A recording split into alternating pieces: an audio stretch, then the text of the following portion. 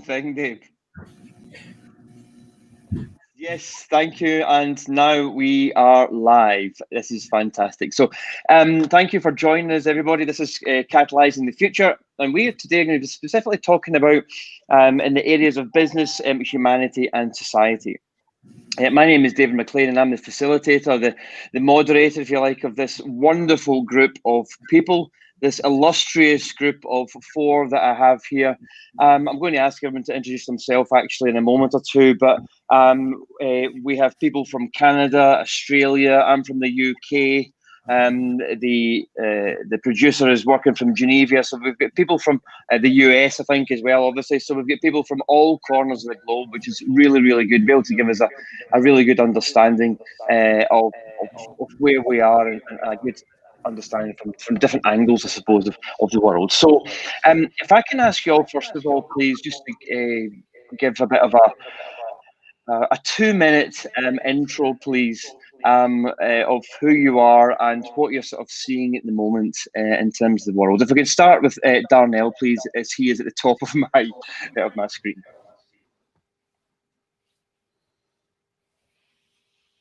Hello. All right, now we're on live. Hello, everybody, and David as well. My name is Darnell Blackburn. I am based in the United States in the state of Michigan, Metro Detroit area. And I am here to hang out and hopefully talk about how we can save humanity. Well, do our very best. What I'm seeing in the United States is a lot of divisiveness with regards to business and with regards to everything. And I forgot to give you my background. My background is I am a trainer, a facilitator.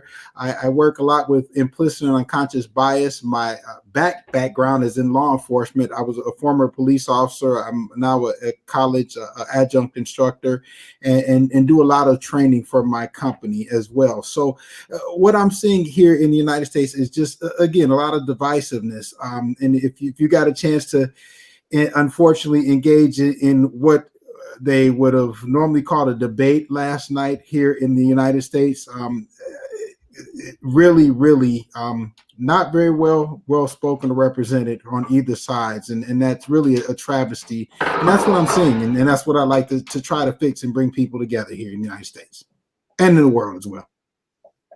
Fantastic, Darnell. Thank you very much. And the same from you, please, Dave.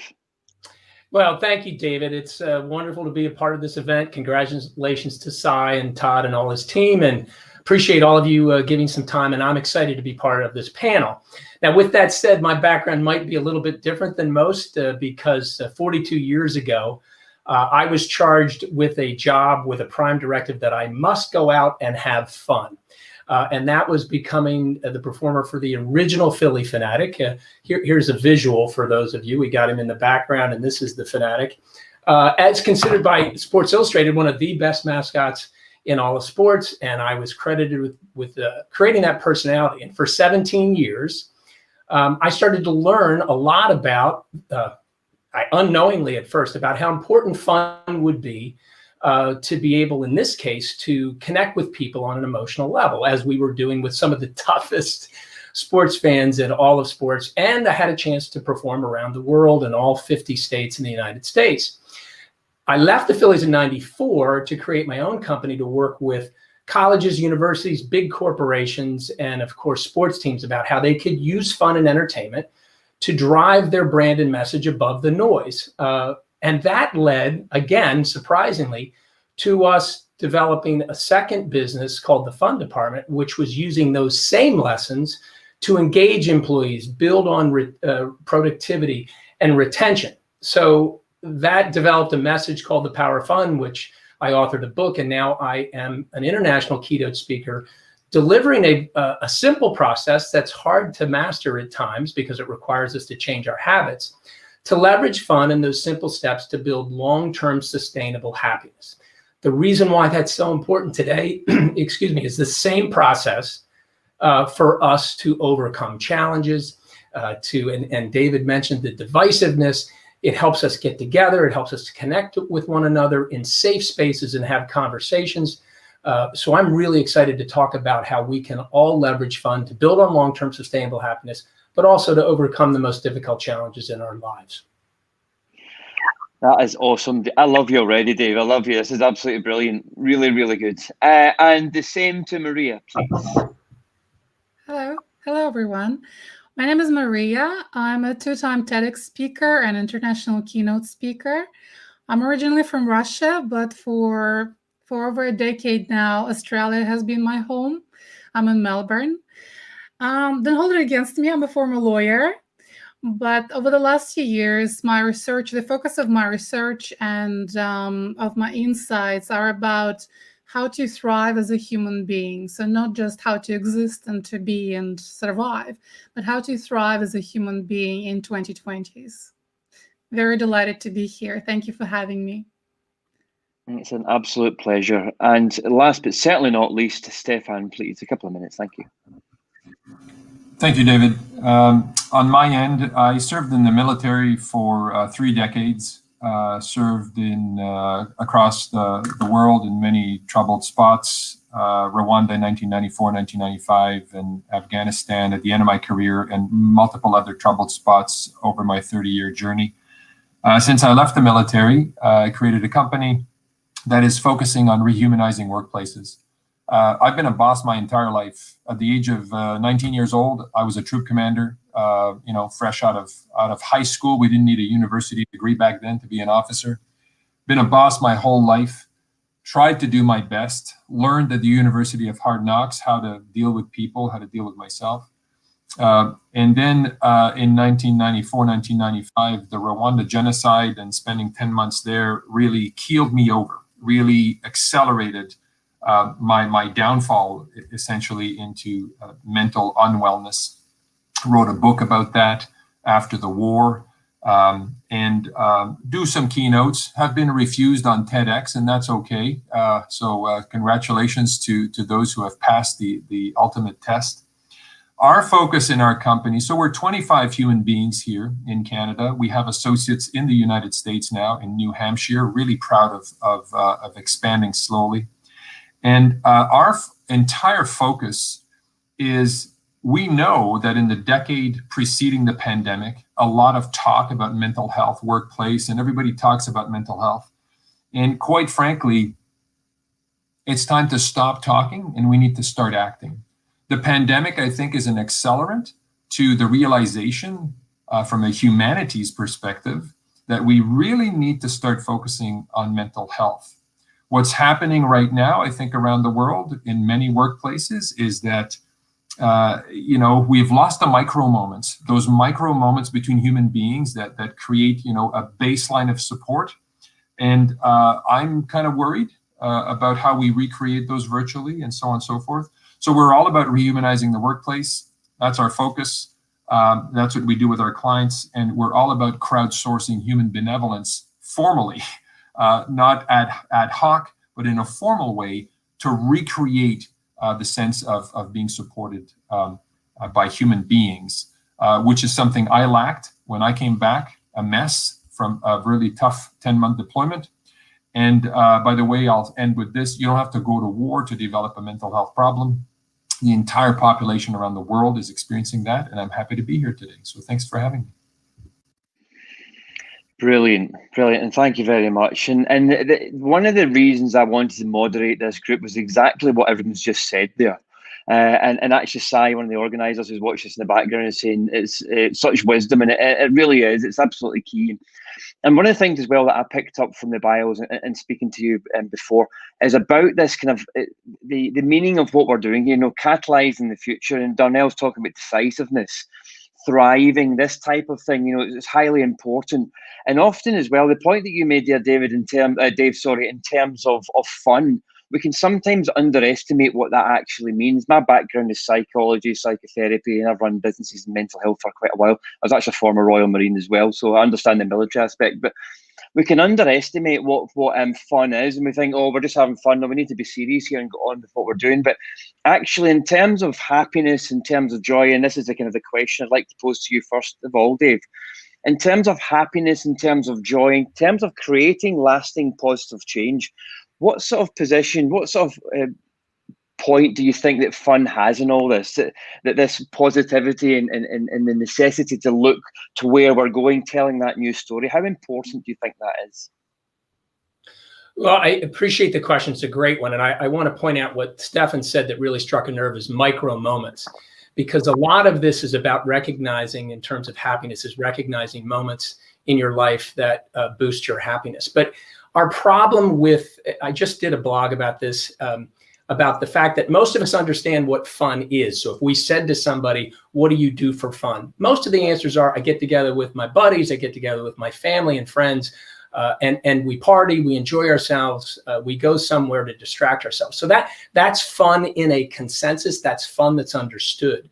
The fun that we're talking about that can build long-term sustainable happiness is in a non-consensus realm, one that we might not expect. So we always ask the question after we ask, what do you do for fun? We say, how can fun save your life? And they struggle with that because it's in a non-consensus realm. So what we do is we take the word serious and put it in front of fun to suggest that this is an effort. You have to change your habits. So simply put, you need to build intentional activities that are personal to you, because I may love to skydive. You might be frightened to death of heights. So what we decide to do daily to try to boost our mood are going to be different. So the first step is to recognize these intentional activities that you do each day. During the most difficult times, it's the time to do it. Whether you're thinking about gratitude, you're taking a few moments to go out for a walk, you're trying to get enough sleep and exercise, you are writing down things that have happened that are good in a particular day. And I'll give one exercise that all my panelists and anybody watching can try tomorrow or right after you get off this session. Stop asking people how you are doing and instead say, tell me something good. You'll see them look confused at first because they have to rewire the negative brain bias and come up with a solely purposeful, positive answer. And that's the way good conversations start, with tell me something good. I love that. Okay, on the spot, Maria, tell me something good. Yeah, I agree completely. And I would like to add that when we create our schedule, the very first thing that we need to add into the schedule is things that recharge us, and then everything else. And what do we usually do? We plan professional things first. And then if we have time, then we squeeze in things that recharge us and let us rest and have a good time. So it's one of the things that really needs to be changed, that it needs to be educated about and explained how important that is, and that these are the things that have to go first into your schedule. Absolutely. Yeah, brilliant. And what's your thoughts, Darnell? Oh, you're still on mute, Darnell. I'm sorry, as Dave and Maria were talking, I was actually thinking, what is fun for me, and really engaging. I mean, this replenishes me to be able to pour into other people, to be able to give something to encourage someone else replenishes me. But my question is that fun? So, thinking about this aspect, I equate fun with family. And that is a true measure of fun and goodness for me. But it is a challenge to think about those moments and those times. No, absolutely, yeah. No, thank you. And Stefan, in terms of your background and your knowledge, and also I understand a lot of that, where do you think fun fits into that? Because of course the military can be very serious, and we can have plenty of fun. There's no doubt about it. But where do you think that fun and the positivity, if you like, comes into that in your experience? Well, I think in my experience in the military, I don't know if law enforcement is the same. We work with a few law enforcement organizations up here north of the border, Darnell, but I think there's no shortage of fun in the military. I think soldiers have a great ability to know when it's time to decompress and let go, because when it gets serious really fast. So I think the military, maybe law enforcement, has this sort of embedded hard coding. Once you become a fighting person or a law enforcement person, I don't think there's any lack of that. Sometimes it gets out of hand. That's not a good thing.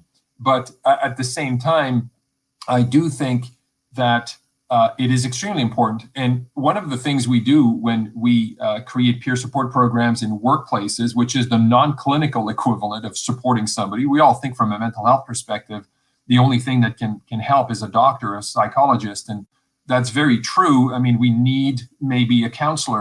But what we forget is that people don't recover in their doctor's offices. They recover out there in society, in their families, on their, in their neighborhoods. And society really has to step up. And the reason I mention this is because when we create all of our programs where people are taught how to support somebody, self-care is a very important piece of that. And fun is embedded in the 6 components of the self-care approach. Why do we teach self-care? Because if you are a peer supporter, that means that you have struggled yourself in the past. And the self-care approach is a protective measure to ensure that people who have struggled in the past and who are recovered stay in recovery, that supporting others doesn't bring them down again. And self-care is pivotal. And Dave, bang on. Yes, you need to do things for yourself, and there's no shame in that. And I think perspective is everything. And for me, fun is breathing, right? I mean, I'm not a breather, but we forget that sometimes the smallest things need to be the focus. And we always wish for the big things, but really, we are so entitled now. Society is so entitled, and we compare each other to millionaires and people on Facebook that are so happy.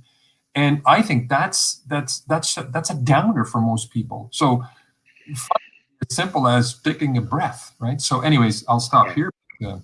No, I love it. It's great. Really, really good.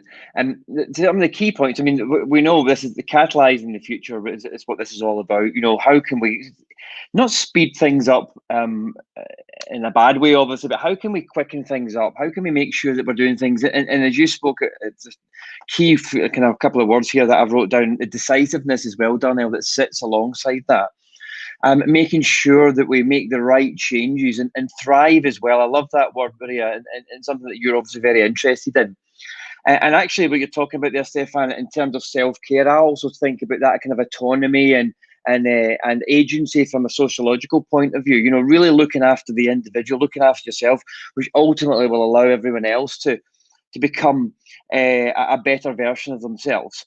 Anyone, please just come in here. But what do you think about that? What do you think about that ability to the leadership? Really, that it starts at home, and that change very much starts.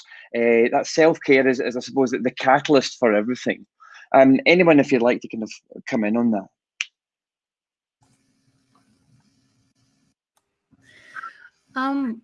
I think that a lot of people are chasing happiness, and this is the main goal. While through my research, I came to a conclusion that actually becoming more resilient, this is the key to us thriving, and happiness just becomes a byproduct. And I really like that it was mentioned that happiness is about little things, and it's been already proven that actually happiness is an accumulation of little joys.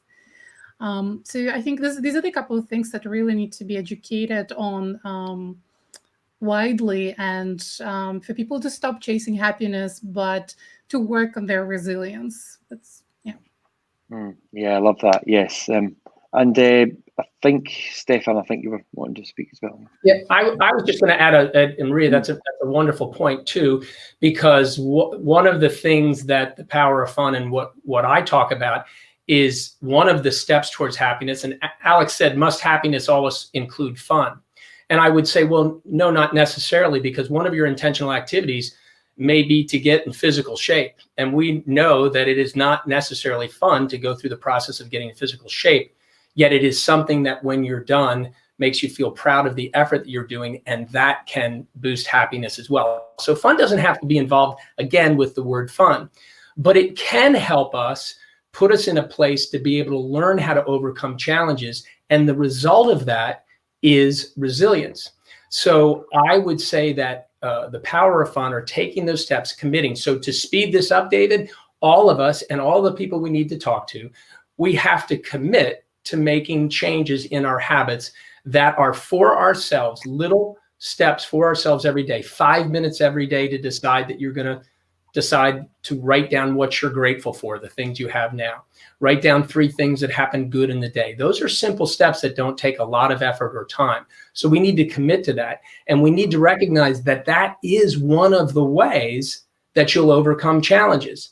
And resilience, by definition, are your ability that when you have trouble come your way, you can overcome them more quickly. That's resilience. So it is one of the steps to give you a tool to overcome challenges, and the result will be the resilience that we all are looking forward to. And we have to embrace challenges. We need to look at those as a good opportunity for us to grow, for us to overcome, build resilience. And then that in and of itself is a step towards building long-term sustainable happiness, which is different than getting a promotion, buying the car that you want, winning the lottery. Those are temporary boosts. We're talking about making a commitment each and every day to do intentional things that are supposed to help us build resilience and develop that long-term sustainable happiness. Yeah, fantastic. And we've actually got quite a few questions coming in, which is great as well. So, and a couple of comments. So I'm just going to speak through these, and please, anyone, just come in when you feel it's correct. So a question from Alexis: as the question of thriving as a human or as a society is one of the oldest in political and philosophical and ethics, what might be different or the same in 2020 from such sources as Aristotle? That's a good question. Who would like to answer that? What's new? What are we doing that's new? I think the amount of stresses and the types of stresses have changed. So these days we have to deal with a lot of things that we didn't have to even 5 years ago or 20 years ago, and previous generations never had to deal with. Even things like how to use social media, how not to get addicted to it. So the types of stresses have changed, and also more and more experts are saying that due to that, we live in the most stressful time ever in our history. So we really need to get better at dealing with those stresses, with working in our perception, understanding that, yes, it is 90% it's 10% what happens to us and 90% how we react to it. And it brings back to the point, to my belief that upskilling ourselves to be more resilient and more adaptable is the key to us thriving. But it is a quite complex puzzle. There's a lot of bits and pieces to it. And this is what I'm trying to figure out at the moment and put those pieces together. I would add to that, Maria, that in a society where arguably we've never been more connected than ever through technology, in fact, humans have never been more disconnected than ever. I would also add that, one of the professors at Ottawa U who did 30 years of research on resilience, and what she did is she went to troubled spots around the planet and she studied people who were resilient in the face of so much adversity, such as victims of AIDS, victims of conflict, torture, people who had leprosy. And looking at these people, despite the conditions they were living in or subjected to, they were actually resilient. And so what she did is she reversed engineer what made them so resilient. And part of Seligman's research and all of this points to some very simple things that we forget. And one is, don't endorse or don't engage in junk activities. Junk activities are the equivalent of junk food. Junk food for the body, junk activities for the brain. And we now know that, we can't, everybody talks about social media, but it is the biggest junk activity that has ever been created. And we all know it. Nobody does anything about it. And I remember about 10, 15, 20 years ago, perhaps, the aerospace engineers had developed fighter jets and airplanes that could fly so fast and pull so many Gs that technology had overwhelmed the human body. In other words, these planes could fly so fast and pull so many Gs that the pilots would pass out. And so the technology had surpassed the ability of the human being to take the technology. We're there. There with social media, we're there with technology, we're saturated with information. People don't know our brains are not engineered to process so much information and deal with so much controversy, divisiveness, as Daryl said. These are real issues, Darnell, right? But the human mind is subjected to so much. And then there's all the fake happiness on social media, you know, which is all, I'm sorry, it's all bullshit. I mean, people have a moment of happiness, and that's the snapshot, right? So people live in this fake environment, constantly subjected to that, and the human brain was never engineered that way. And so that has changed tremendously. And catalyzing the future for me means harnessing technology and putting it back where it belongs. And unless we do that, we are going to have more trouble on the horizon. Yeah. Stefan, that was just so awesome. I'm excited. I hope we get a chance to talk offline a little bit more.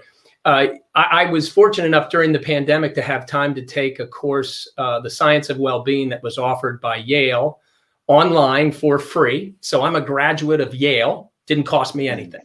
So, and anybody can do it. And Dr. Laurie Santos is the professor. And one of the most disruptive things for us to, develop those intentional activities is comparing ourselves to others.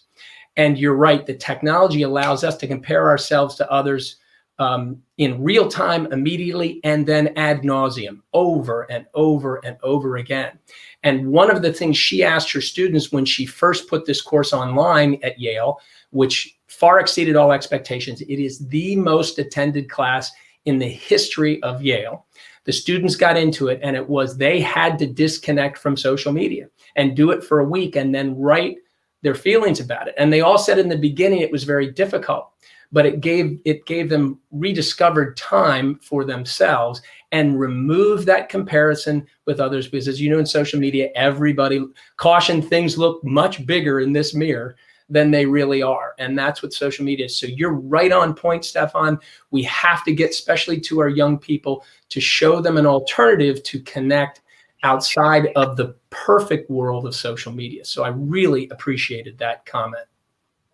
Yeah, I really appreciated that as well. And Darnell, what's your thoughts?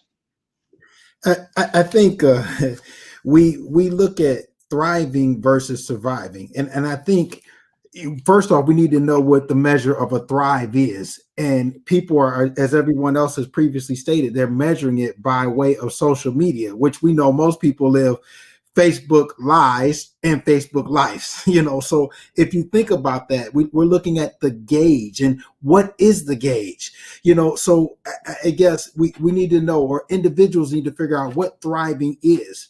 And it goes back to what Dave and Maria and Stefan and we've all talked about is fun. And I think this idea of happiness, I think happiness versus joy. There are things that make us happy, and that's momentary. Those are oftentimes fleeting. And there are things that bring us joy that are internal and eternal, because once we see or we feel something, it's going to bring us joy. And I think that what jumps in the mix of this is the whole idea of fun. I think what Dave is teaching is fun. Fun are those little bursts. They're bursts of things that bring you ultimately, happiness, which in turn takes you to a joyous place. So I think those measures are things that we need to look at. What is thriving? We're basically surviving, and we're searching for things oftentimes that really are non-existent. And then when you attain them, you're just as miserable as you were, if not way worse than when you get them. Yeah. So it really, I think that's kind of the concept or the thought process that we see in humanity, and it's such a struggle. Yeah. No, I love that, Darnell. Thank you very much. And it actually goes really well with I kind of put it that happiness is getting a new watch, and joy is watching your child being born. There's a big difference, and it actually goes really well with one of Alexis's questions. It's kind of partially answered here. Can you speak about different notions or levels of happiness and levels of fun? And I would very much put that in there. Theology, of course, talks a lot about the difference between happiness and joy, but I think it's really quite an important one, actually. But does anyone want to talk a little bit more on that in terms of that joy, just kind of build this conversation a little bit more in terms of what this, it will to answer Alexis's question, to speak about the different notions or level of happiness or fun and how joy might kind of come into that? Yeah, Daniel Gilbert, who comes a wonderful research psychologist in Chicago, he said it best. He said, that brand new car that you've been hoping to get and working so hard to find the budget that you buy it, that car, unfortunately, will last long enough to disappoint you. Where the vacation that you had with your family, where, as Darnell mentioned, you found all that joy, it has the good sense to end. So your memory of that moment will be there for you, recalling and remembering that joy over and over again. That, I believe, answers that specific question. This idea of long-term sustainable happiness is different than the boost that buying a new car or winning the lottery or whatever, or attaining this goal that you've worked hard to get in your career. And just like Darnell said, you get there and then you're just as miserable. Sure, you might give you a little burst, but then you go right back into be miserable because it isn't something about building sustainable happiness. So invest in experiences, not stuff.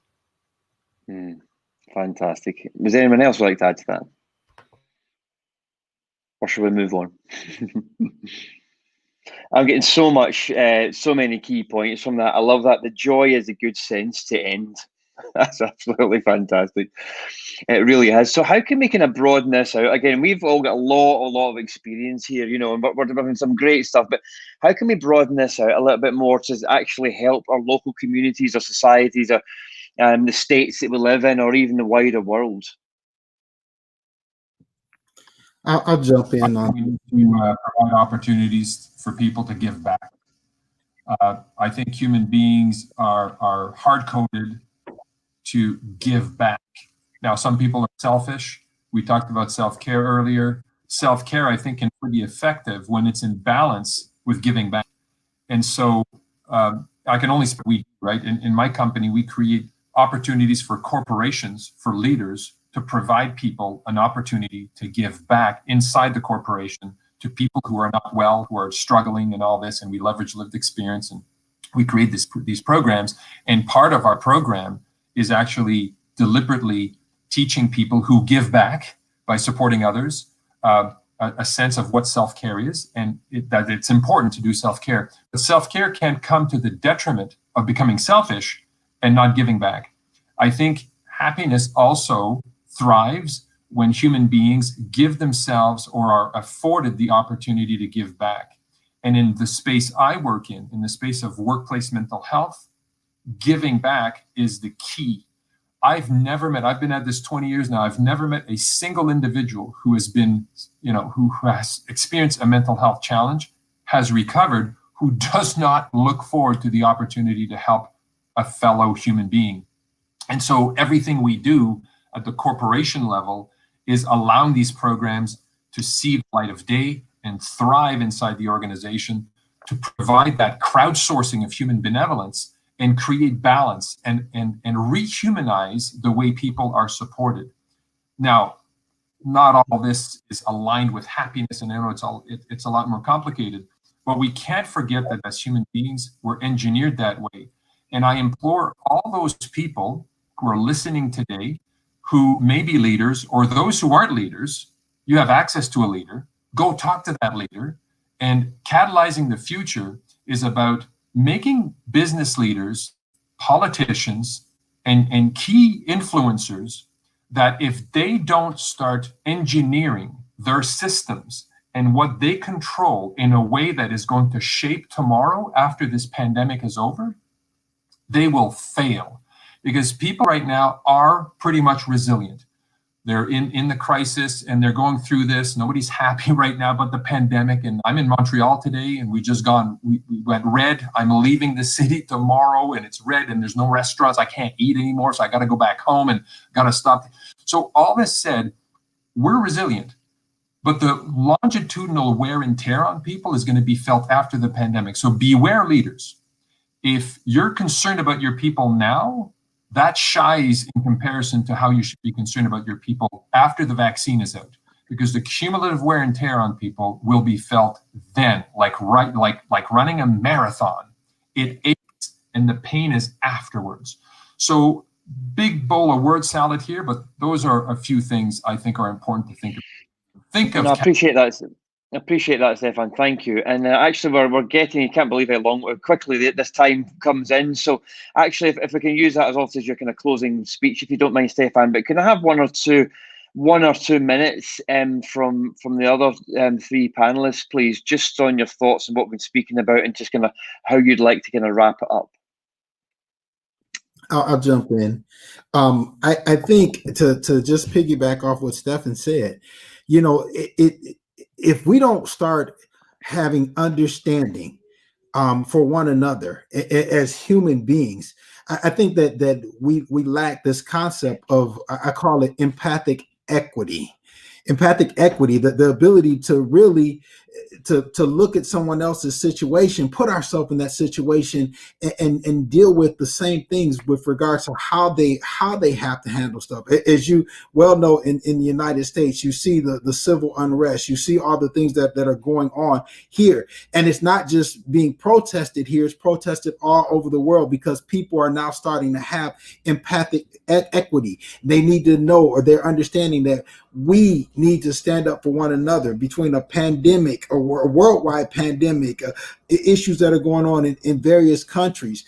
We need to understand that and come together, because otherwise we'll implode, and the divisiveness will be not useful for anybody after the pandemic, during the pandemic, and in every state. So I think that's one of the biggest keys. And thank you for having me as well. Pleasure. Maria. If I were to highlight one takeaway from our discussion, is to say that stop chasing happiness.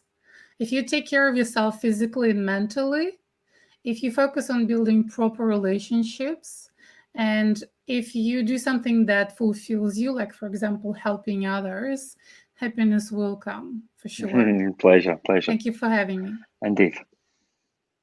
Well, first of all, I'd be remiss if I didn't say to David, Stefan, and Darnell that how much, hearing your backstory, how much I want to tell you, we all appreciate your dedication and your service to your countries and to helping to keep us safe. That is something that I find very, very difficult to imagine. And I do appreciate all of your service. And I appreciate being on this panel. The simple thing that I would like to say is that one of the worst things that came out of this pandemic for me was the title that they called social distancing. It showed me that our leaders, or whoever is deciding to put a title to that, don't understand what we really need. We need to be physically distanced and do all the things we're supposed to do to be safe in the pandemic, but we require to be socially connected. And it may be semantics, but there is an underlying thread of people misunderstanding what is vitally important during the most difficult times. And that everyone mentioned it, that we need to give back. We need to be kind. We need to be grateful. We need to have grace, and all of that driven towards connecting socially with people. It is like air and water to us as human beings, our social connections. And what we can't do after this pandemic is lose that understanding that we need to focus on doing it. Let's stay physically distanced and let's remain socially connected. And I think that is a vital step for us to overcoming. Thank you so much for allowing me to be a part of this. I'm looking forward to talking and getting to know my panelists offline. We've connected on LinkedIn, and I would love to reconnect with all of you. Darnell's a Michigan State fan. My parents went to Michigan. We may have a couple of problems there, but once we get by, we can come together. Yeah, that's absolutely fantastic. I like that. We have had a fantastic time. We're nearly out of time, actually. Not really much time for me to summarize, which is absolutely brilliant. We've had some great questions, and apologies we haven't been able to answer them all, and some really great points in from Pat saying how much they've enjoyed the conversation, the joyful moments that we've all had. It really has been fantastic. There's been so many points really to try and bring up. How do I summarize it? I mean, it's virtually impossible, but I think we can be hopeful. Certainly we can. I think we can definitely be hopeful, or we can be more than that. And I think if we continue to just move in the same direction that we're doing with the same good people that we have on this panel and in this whole organization, of course, everyone that's listening, then I think we're going to be all right. So thank you very much. And I hope to see you all again soon. Thank you.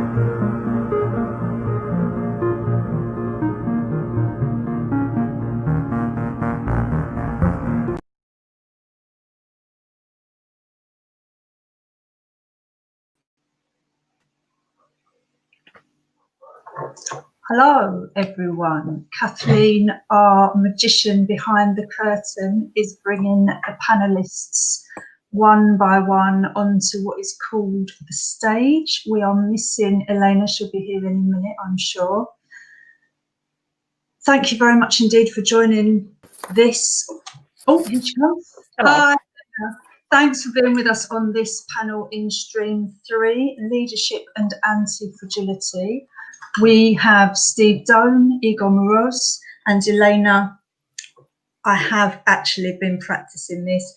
Ivanushkina. I hope that well done. good. I really enjoyed it. Ivanushkina, I'm sorry I had to look down to double check. We have a panel, each member of whom has a hugely different background. I'm going to give them in a moment a chance just to introduce themselves, bearing in mind that we are sharing a very limited time. And while they're introducing themselves, they're going to tell you a story that includes what they think they're catalyzing for the future at the moment with reference to the title of the event. And the only thing that I haven't yet done is to say, my name is Charlie Weinberg. I am a leader. I lead a small voluntary sector organisation in the United Kingdom, designing and delivering therapeutic group work programs with people in prison predominantly. So we have a very particular perspective around a lot of the aspects of what we're talking about today. However, I'm here to moderate, not really to participate. I'll be keeping time. I will be inputting questions from the audience. I trust we have an audience. We have no way of knowing if anybody's even with us. But if you are, one of the ways you can let us know is to put a chat, and you've probably seen in other panels, the questions and the comments can come up on the live feed. I can see them, so can the rest of the panel. So we will be using that as part of the stimulus for the conversation. I hope I haven't forgotten any vital housekeeping. And with that, I'm going to go over to Igor and ask him to start the story with a little bit about himself. And what are you catalyzing, Igor? Thank you, Charlene. So, as you've mentioned, my name is Igor, and I'm experienced project manager, then turned consultant, also in the area of project management. And basically the name of my company tells everything about me and my approach. It's called Zero Bullshit Management. And what am I catalyzing?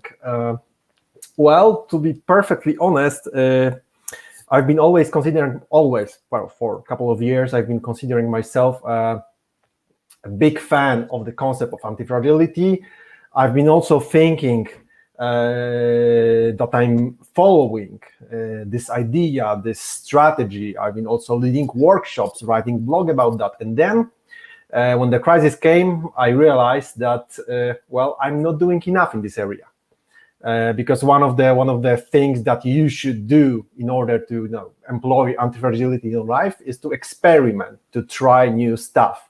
And for instance, I'm in a consulting business, and I did not want to hear anything about doing stuff online. I believed only in face-to-face trainings, face-to-face consulting, and then, bam, I was caught with my pants down by the crisis. Had I experimented more before, I would be probably much more better off now. So I'm actually changing my mindset slightly and getting much more open. I came to the realization that I was too conservative when it comes to trying new technologies. I even read the book by Klaus Schwab. He's a founder of World Economic Forum, Fourth Industrial Revolution. It sums up all the trends that are currently now developing. And I said to myself, okay, well, whether you like it or not, you should probably try some of these. So a mindset, change of the mindset, I could sum it up. Great. Thanks, Igor. And Igor, I think you're with us from Poland, Yep. Am I right? Great, okay. So something about new technologies, experimenting, trying new things. Elena, what are you catalyzing? In Spain, right? Yeah, hello from Barcelona, Spain. I'm catalyzing the future by helping leaders to create better organizational cultures and help them impact and lead with strong personal brand. So about myself, I'm coming from corporate background. I worked 15 years in Danone and Microsoft in 5 different countries in global positions. And since 10 years, I'm coach, facilitator, mentor, working here in Barcelona with ESR Business School. It's #1 in executive education. Working as well with USAID, US Agency of International Development, in their coaching team. I have an expatriate experience of living in 5 countries, and I work worldwide. Before pandemic, a lot working online in 4 languages, in English, French, Russian, and Spanish. Gracias. Thank you. So maybe we should do the panel each speaking in a second or third language. I love that. So Stephen, technology and IT seems to be a bit of a theme, as well as coaching amongst the panelists. I don't know if you're going to carry that on or take us somewhere else. Well, I'll sort of do my best to continue and take you somewhere else as well. Hi to everybody who's watching. Thank you all for listening. My name's Steve Doan. I work out of the UK. My original background was as a physicist and a scientist. And I spent quite a few years in industry making holograms for people all around the world. That's 6 or so years ago. I moved out of that and into coaching because I just felt, you know, amongst other things, I had a lot of knowledge and skills that I wanted to share. Since moving over to coaching, I've wanted to go beyond just coaching to look at systems, environments, culture, and what I'm trying to catalyze at the moment is I'm having lots of conversations with people. So I'm sort of catalyzing people to just be open and have really interesting conversations, and lots of sort of creative and new ideas seem to be coming out of the conversations that we're having. So I'm here today to try and, you know, share some of what I know, but also to help anybody listening with any questions they have. So I would encourage anybody to send in their questions and prompt us to see what we can do to help. So yeah, that's where I am. Thank you. Nice overview. Welcome everyone. Thank you. Nice to know a little bit about you and where you come from. And I suppose in thinking about this, I found it quite difficult personally to think about the idea of anti-fragility. So some of the questions that I've prepared are kind of trying to challenge the hypothesis a little bit, and let's see how well it stands up. And the first thing that sprang to mind is really following on, Steve, I suppose, from what you were just saying, are you seeing the nature and the content of the work that you're doing with people change? Is what your clients are bringing to you different than it was pre-pandemic or syndemic, which is a phrase I recently heard that maybe we can talk about more later? Anything new or different coming into the coaching or the training room? I mean, I've not seen it personally, but I'm hearing from other people that a lot of coaches have been struggling since the pandemic and going back to what they did before they took up coaching. And my guess as to why that would be is conventionally people have gone and done coaching and very much focused on the individual and not on the environment. And for me, so much of how a person reacts and behaves is due to the environmental pressures. And so coaches would go in, coach them 6 months, come away, and then the environment would force them back to how they behaved before. And one of the things that COVID's done, it's been a big shake up to the environment. And a lot of coaches, I think, just haven't known how to deal with that.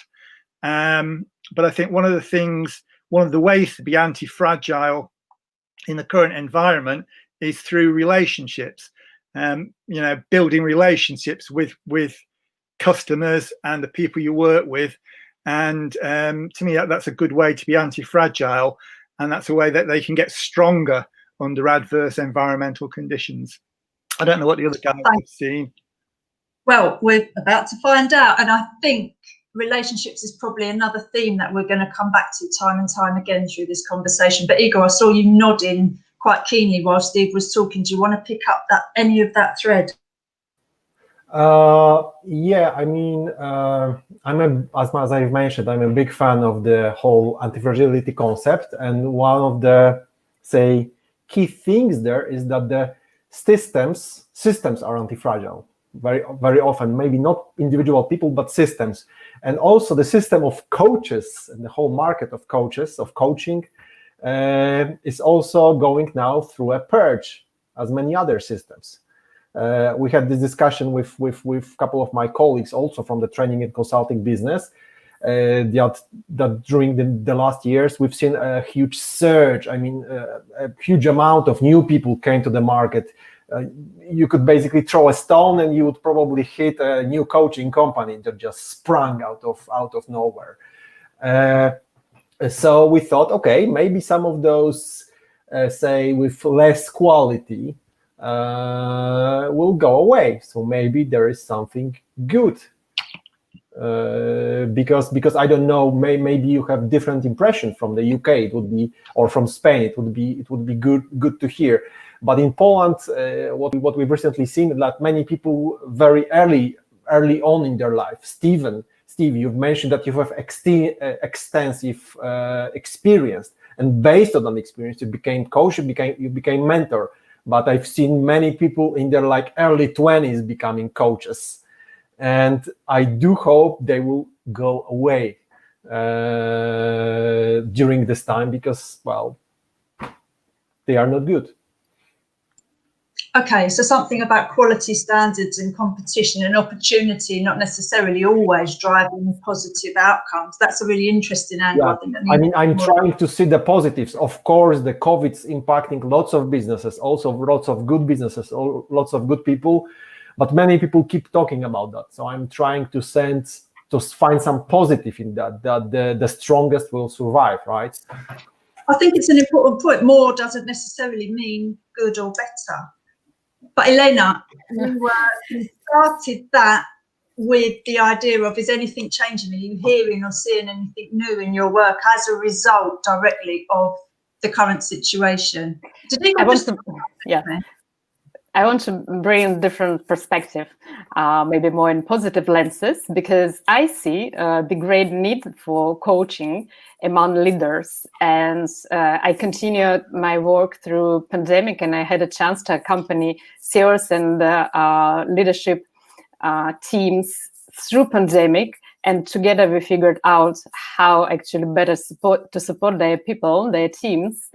And the positive outcome for me is that they really look much more in emotional intelligence now, how to empathize, how to be more compassionate, to engage and motivate the teams to go through that. Because before a remote work in the offices, they were more casually interacting. And now when people, they just can't, take coffee together and chat, then as a leaders, they need intentionally connect and sense what is going on in people's mind and support them. And you can't really separate. We were talking a lot before about work-life balance. Now it's kind of same thing. And so the leaders need to develop those skills to connect with the human. So I see a lot of positive outcomes as well for our profession, and the great need. Quality maybe is another subject, but people need more support on the side of knowing themselves and helping others with emotional intelligence.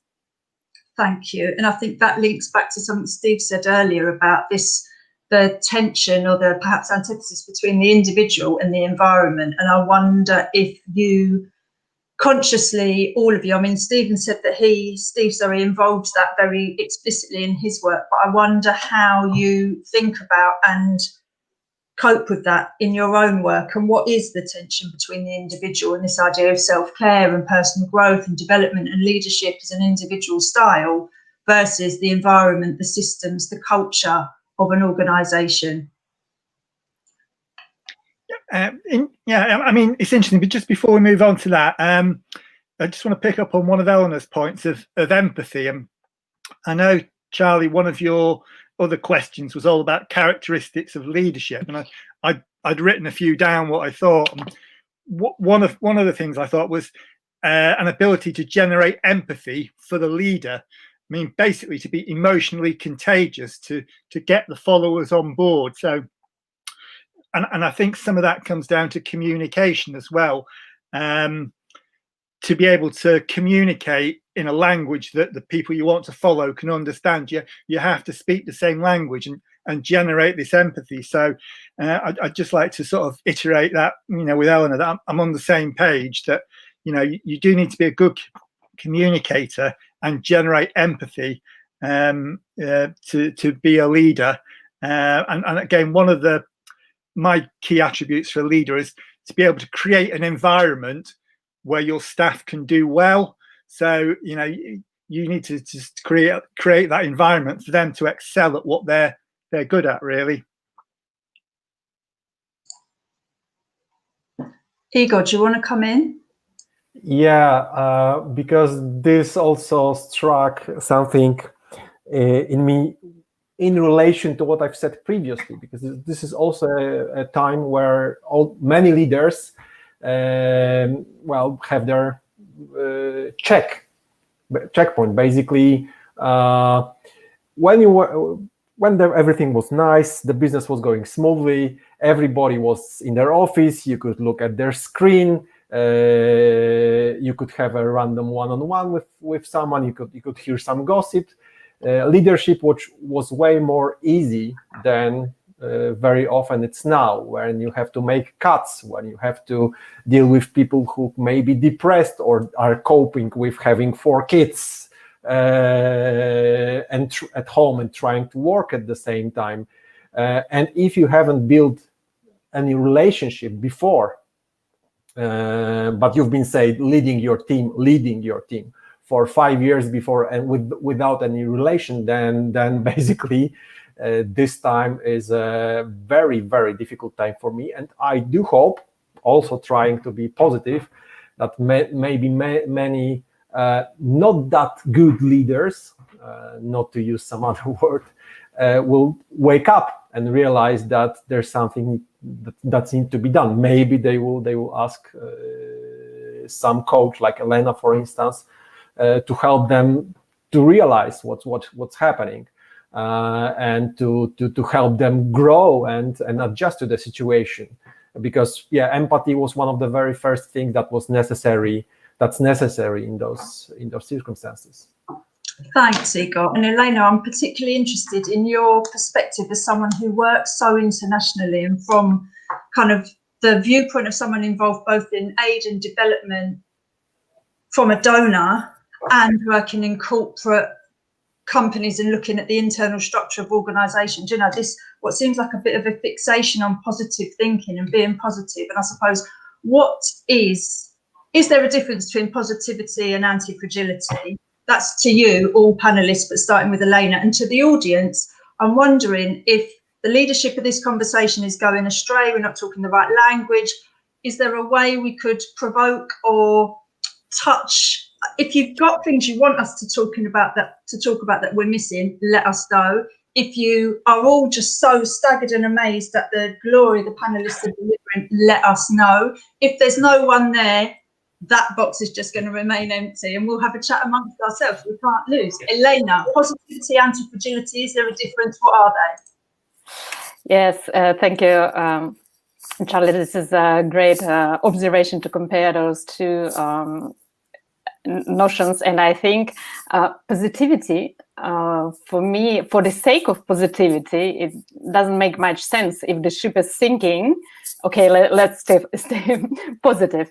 I think what brings power is the vision, and that's what leaders can offer to their teams, because the vision would take you further to the future, and anti-fragility allowing you to become better coming through the crisis.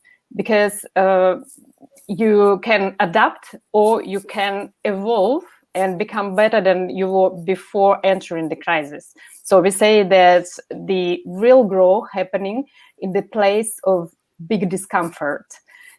If everything goes great and you just feel really good and everything is nice, you are not really growing. So if you see it through the lenses of opportunity, this is a chance to become better and to transform organization. And I see people, leaders, challenging what is possible, because I work with some very conservative organizations, with heavy industry organizations, and they were not considering remote work before the crisis. They said, no, in our organization is not possible now. They're all working remote, and it works really well. And they're learning to trust people. So you don't need to be in command and control, supervising everybody to get great results. And there is a shift of mindset happening right now, how those leaders see their people and their organization. And then it opens up new opportunities whom you can attract, because now you're location independent. You can find great talents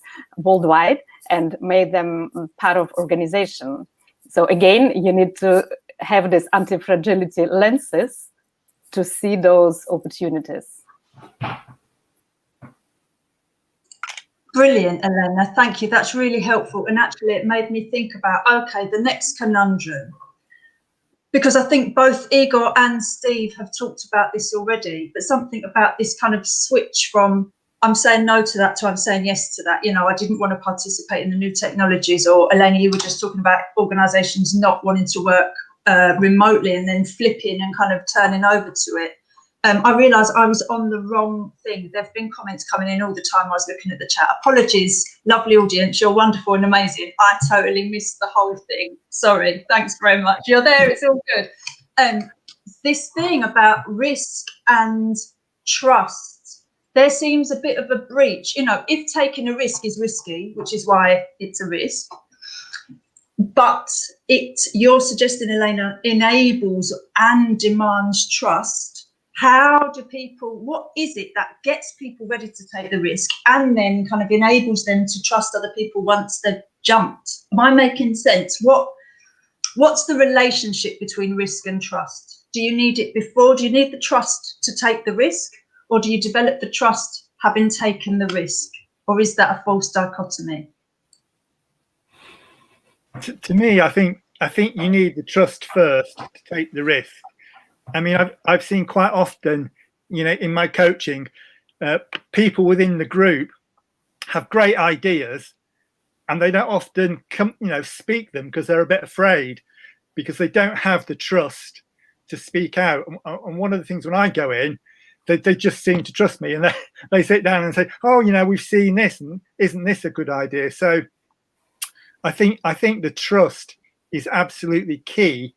And almost it comes back to something you said, Charlie, when we had a chat on Saturday.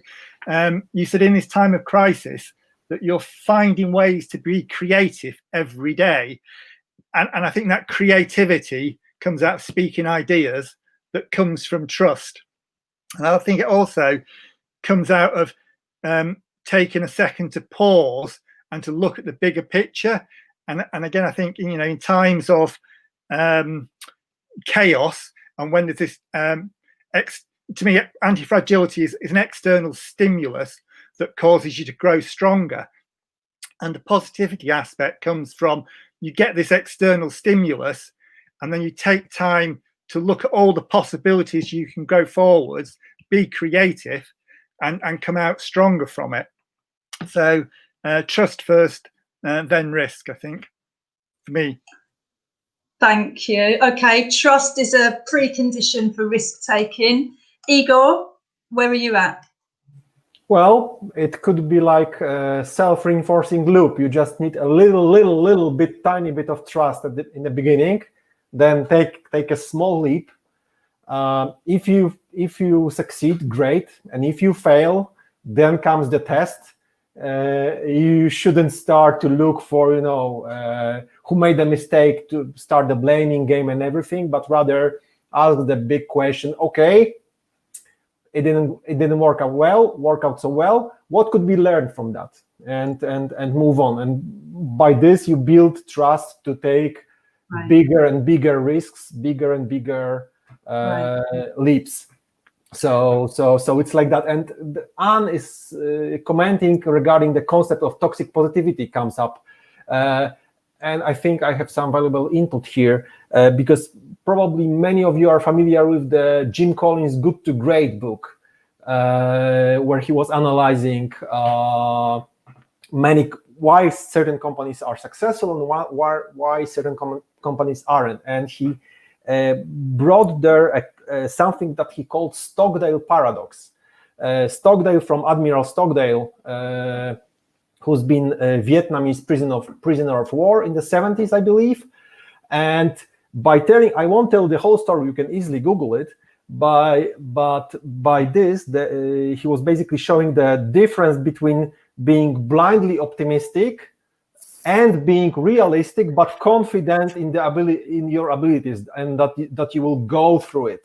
Something that Elena mentioned, that if the ship is sinking, do not say, hey, let's sing a song, happy-go-lucky, run away. But on the other hand, it's very important for the leader on a daily basis, so that they are not maybe happy-go-lucky, whatever, but they are, say, realistically confident that they will go through this crisis. So this is this positivity, this is this positive side I'm also trying to look for, to search for, not to be blind that there are dire straits, but rather be confident that we're going to go through them.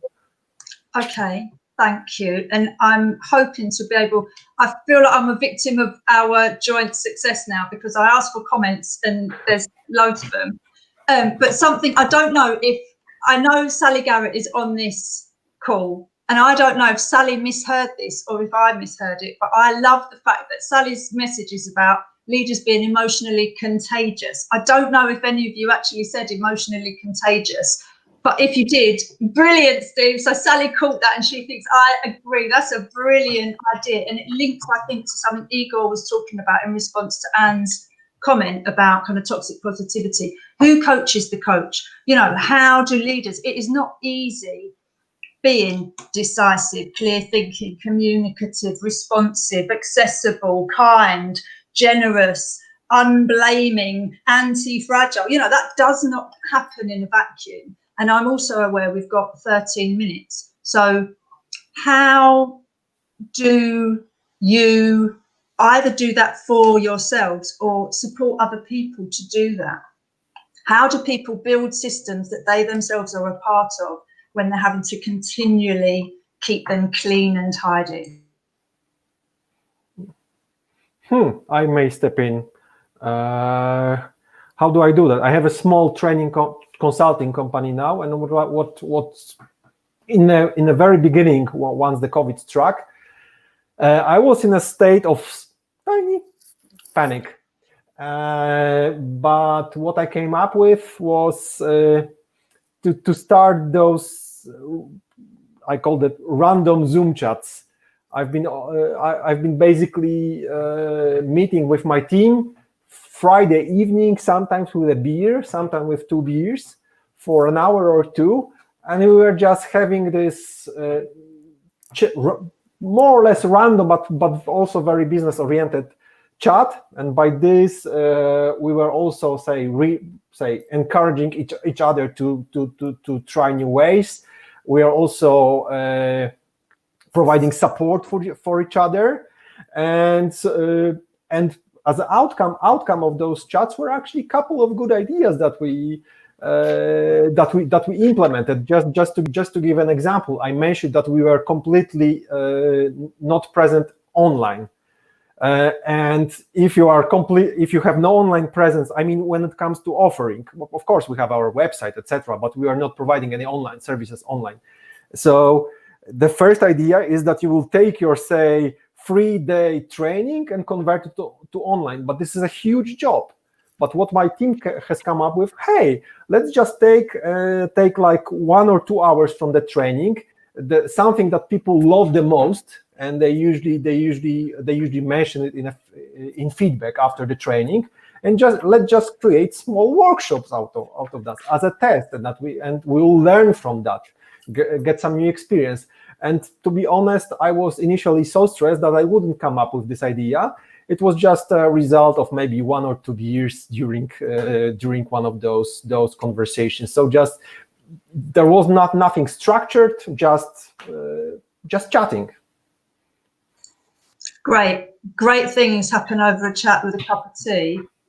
Elena, I am doing my best to try and respond to as many of the comments and questions as possible. I think Igor did a good job starting off with that one. And I want to ask you to think a little bit about this fear of doing the right thing for the short-term answer or the immediate response, in tension with the longer-term outcome or the future that we don't know. How do you support or coach people to think about what they're doing now that they can't tell the long-term impact of necessarily, the fear that sits in between those two risks and opportunities, I guess?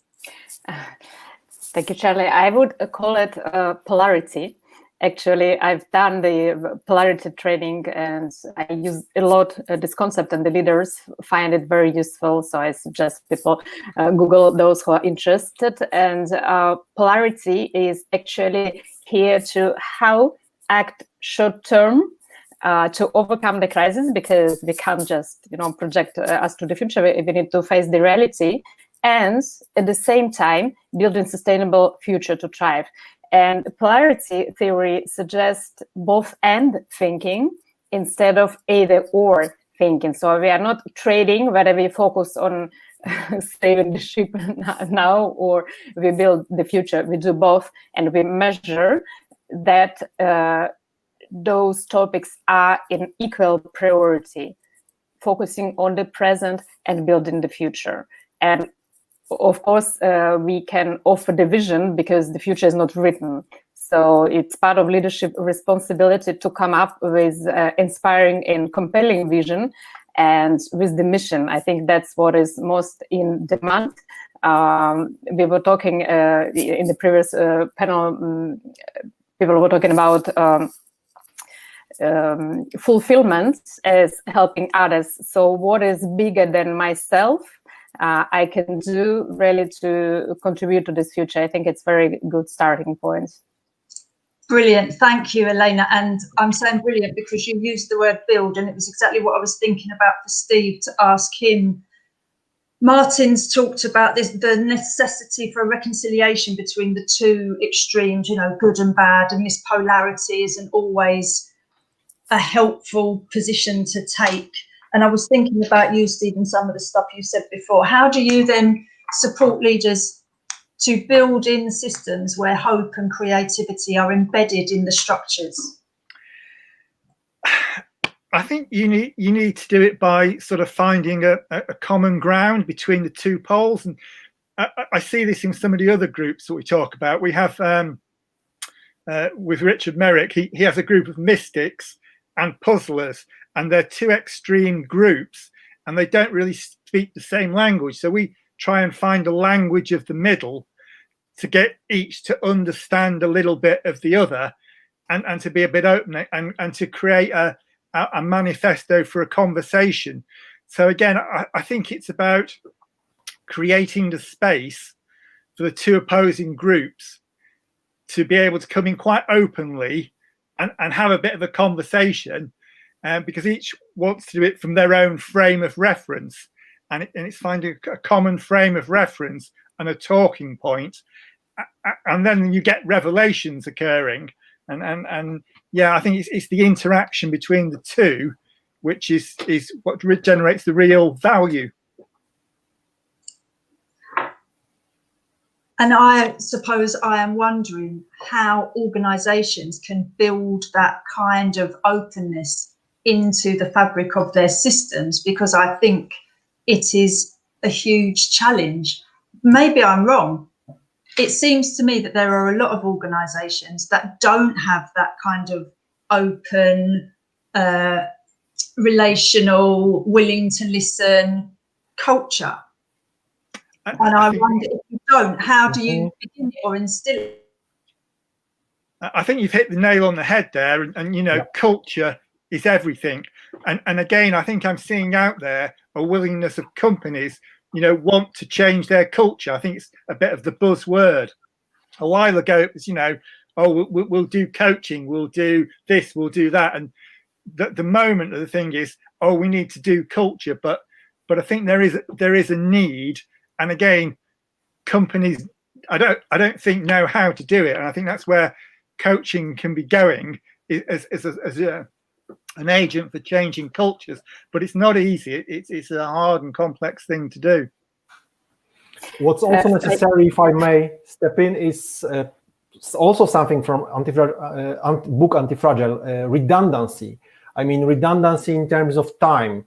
I'm project manager, I'm working with project managers, and a typical issue that happens during my trainings, I give people space to actually to discuss between each other, people from the same company, how they tackle problems, what they are struggling with. And then usually after the training ends, they say, oh my God, you know, we actually never have not even place, maybe time for that, because they are constantly overworked. Constantly there is some fire to extinguish, some new project, some meeting to attend, whatever. So one thing is, I would say mindset. I mean, this openness, this readiness, but the other is having some time, making some time for that. And I think in a times of crisis, this might be very challenging, because in times of crisis, many companies go into panic mode. They don't do less, they do more, because the ship is sinking. So we have to do everything. And maybe it's way better to actually make some space and discuss what we should do first, or maybe that we should do something completely different. Maybe we should ditch the ship and go kayaking. I wanted to add, I work with the leaders to help them develop a skill of transforming organizational culture, because for me it's one of the fundamental competency of a leader, have this capacity to transform the culture, understand how you really do that. It's coming from leadership, it's not coming bottom up. This is something which needs to come from the leadership team. And actually, there is a pragmatic view on that, how to become more open. It's actually a competitive advantage nowadays. The company which is closed, where there is no information flow, where there is a command and control, they have no chances to be competitive in 21st century. And I see leaders, they get it. Those who are not maybe getting it intuitively, they see it from pragmatic way. If you want to survive, if you want to be a leader in your industry, you have to go to the culture which is more open, more supportive, allow creativity, allow innovation, where there is no command and control, but really trust when people are not in fear. So that's how they can open up and bring new ideas.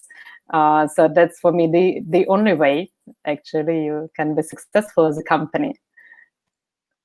Thank you. I am aware we have 2 minutes.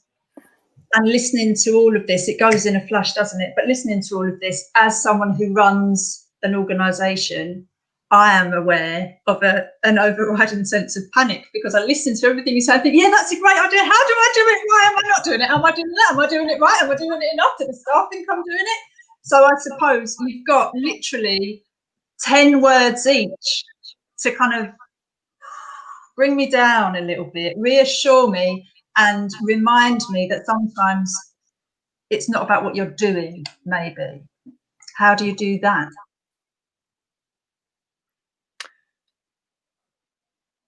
Go on then. I'll just wind up with this. It's a favourite quote from one of the authors, Margaret Heffernan. She says, "In a time of crisis, most companies work frantically to construct a single perfect plan. Governments do likewise. They feel they don't have time for multiple plans. Overwhelmed by complexity, they shrink their options when they need to expand them." And so my advice would be just to take a time out and consider where you are and look at the options. Thank you. Yeah. You've got 1 minute to share. Yeah, I was thinking about collective intelligence. So leverage collective intelligence and treat your people as a leader as adults. Stop controlling them, trust them that they can bring with brilliant solutions. Just let them do that. Igor? Breathe. Look at all the, well, dire straits you've already been through. That's it. Breathe and look at the dire straits you've been through. Vision. You're going to go through it. Thank you so much. Thank you to our invisible magician, Kathleen, behind the scenes. Thanks to everyone for your comments and questions. Anne posted a lot in Facebook. It's been a delight. All the very best. Bye. Thank you very much. Thank you. Bye. Bye. Bye. Bye.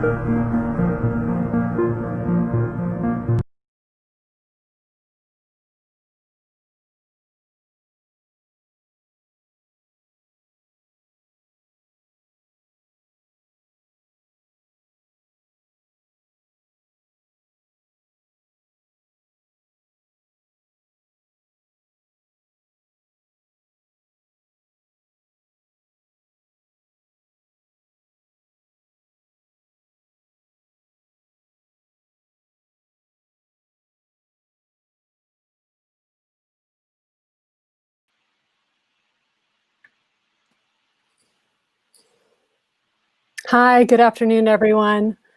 Welcome to this mid-event conversation with Günther Sonnenfeld, founding partner of Nirvana Holdings Group. We're going to be talking today about the new economy.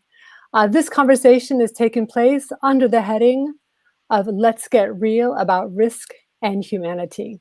Has a big meaning today. My name is Kathleen Elzig, and I'm super excited to be moderating this event, this discussion with Günther. For those of you who might just be arriving and just be joining us today, this conversation is part of a virtual global conference taking place today on Catalyzing the Future. This is the second event, global conversation, in a series. It builds on a previous conversation, or a previous conference on transcending the crisis. So there are 3 streams. Günther and I are in one of the streams having a discussion. There are a couple other conversations going on as well. And we're focusing on all of these conversations today on a recovery that is technology-enabled, or a future that is technology-enabled, business-focused, human-powered, and society-embracing. So really exciting to have you all here with us today. If you stick around later and throughout our conversation today, please add comments into the comment bar. Günther and I will be keeping tabs on what you're asking, and and try to respond to as many questions and comments as possible. I know you'll have lots of questions for Günther. Those questions that we may not be able to address here, we'll keep and we'll try to address afterwards throughout the day. So Günther, thanks so much for taking the opportunity to join us from Florida today. This session, very, very timely on thinking about the new economy. Just very quickly, for those of you who've not yet read up on Günther, he is a new economy architect. I love that phrase and that background. He's a serial entrepreneur who's developed a unique set of applied interdisciplinary skills over the last 27 years across a lot of different topics: emerging technology, alternative finance, environmental reform. He's also an inventor. In addition to being a serial entrepreneur, has worked on blockchain. He's an ecologist as well. And over the course of his career, he has worked with a range of institutions. So he brings into our discussion today experience, practical applied experience from the nonprofit sector, the for-profit sector, and working with government. Welcome again, Günther. And over to you. Thanks for having me. I appreciate it. I don't do a lot of these things, so it's nice to be able to talk about what we're doing in the context of basically a new paradigm, which is going on right now. So I thought I would put a presentation together because I just figured it's better to share the work in images and explain things as they are applied, as you mentioned. Go ahead. So maybe I'll do that, and let me know that you can see the screen here. All right.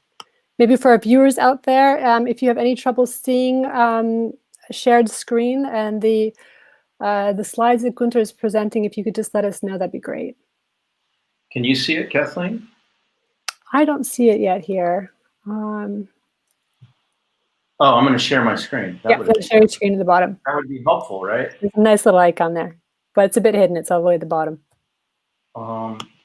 Okay, I'm going to screen right now. Screen 2. Thanks for everybody's patience. How's this? Can you see now? I don't see it. Let me ask our audience here. Do you guys see Günther's shared screen? I don't see it, Günther. You know, if we're having... Here, wait, there we go. I got it. There we go. Okay, great. All right, so I'm going to do this. We're going to go full screen. How about now? Are we still good? We're good. We're full screen on that. So we can't see you, Günther. We can see your slides. Yeah, you don't need to see me. It's not important. It's all about the work. We'll bring it up afterwards. All right. So, yeah, this is a presentation on building and investing in the new economy. And basically, it's a guide for creating opportunities, you know, with the awareness that we're living in very strange times, very dubious times, and also very opportunistic times. And so let's get going. A little bit on my background. I've been, as you mentioned, doing interdisciplinary work for about 27 years. But the 3 main buckets I would classify my work in is in working in emerging technology like the blockchain. So one example is I helped develop the first Bitcoin point of sale system. We launched in 14 international markets. This was before the blockchain wave hit in the commercial realm, but we learned a ton about what was possible in working with things like personal data and what people were comfortable with behaviorally in terms of using currency in a different way. I've done a lot of ecosystem development. This is actually one example I'm going to show in a little bit, but basically where we go in and we design ecosystems that are self-sustaining. We have integrated technology, financial, and environmental components. And a lot of the work involves providing structures that are new or alternative in order to finance those initiatives and sustain them in the longer haul. I've also done a lot of corporate work with companies like Ford, helping them envision the future. This was a project that we worked on a few years ago where they basically told us that they were going to cut all or most of their fleet production within 10 years. And what would mobility look like in the future if they were to do that? So a lot of interesting work. I've also done a lot of nonprofit, as you mentioned, working with indigenous communities and governments. I've done counterintelligence work, pretty interesting array of stuff, but a lot of complementarity and a lot of interrelated elements at play. And the disciplines primarily involve ecosystem development. So smart ecologies is something that I developed several years ago as a framework to build self-sustaining ecosystems that involve natural resources, natural skills development, human development, and of course, ways to finance those initiatives through multiple revenue streams. I've been writing and we've been doing algorithmic development. So holonomials is a new invention that we created to pair math and language. And then we also do a lot of currency and asset development, and non-inflationary value is one of the models that we've been developing. That is, it's an emergent model, it's ongoing, but basically it's a way to stave off inflation or deflationary conditions. And the platforms that we're working on currently, we just finished stage 1 development on a new platform for sovereign bonds that supports investment back into the infrastructure of Western economies. We have designed and helped develop a marketplace for the proactive uses of carbon, for sequestration, for what we call asset rejoining and other proactive forms, since carbon supports all life on this planet.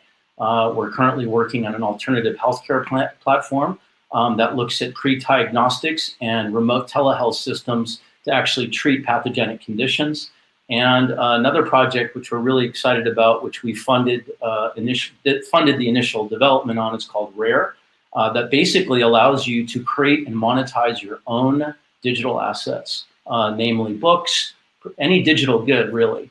So this is the type of work that we're doing. Our business is basically comprised of high-level consulting on systemic development, and then developing our own technologies with passive revenue streams.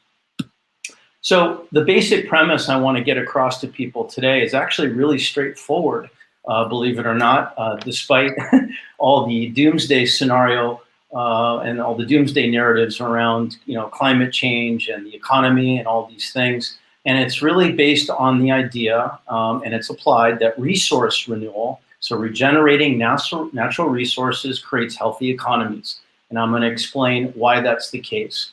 One of the things that we want to keep in mind, and this is really, really important to note, 92% of the world's wealth is controlled by companies around the world, 92% of the global supply chains have been decoupled since COVID. This happened within several months. And 92% of all the opportunities that are available to us are going to happen within these supply chains and the work that's being done now. We believe firmly, and this is based on our experience on the ground, that we're going to be able to transform supply chains and create a much healthier planet within 10 years. I know it's hard to believe when you read headlines and all of that stuff, but we're seeing it and we're going to do it. So I want to show you some examples of what I mean. The first example is a group out of Australia, out of Western Australia, called Pearl Global. And it's run by a gentleman named Gary Foster, great guy, small group. And basically they discovered that there's about 2 billion tires discarded per year across supply chains around the world. probably more than that. And what they did was they developed what are called thermal desorption units to take the tire rubber and convert it into clean fuel and clean energy. This is basically what the business model looks like. And so you have a discarded waste stream where you have the used tires. The tires go into a processor, they're shredded. The desorption unit works in and of itself. It's very low emissions. We're working on 0 emissions actually. And it all happens in an ISO container that's about 40 feet long. And they cost about $2 million a piece to set up. So it's not terribly difficult to do.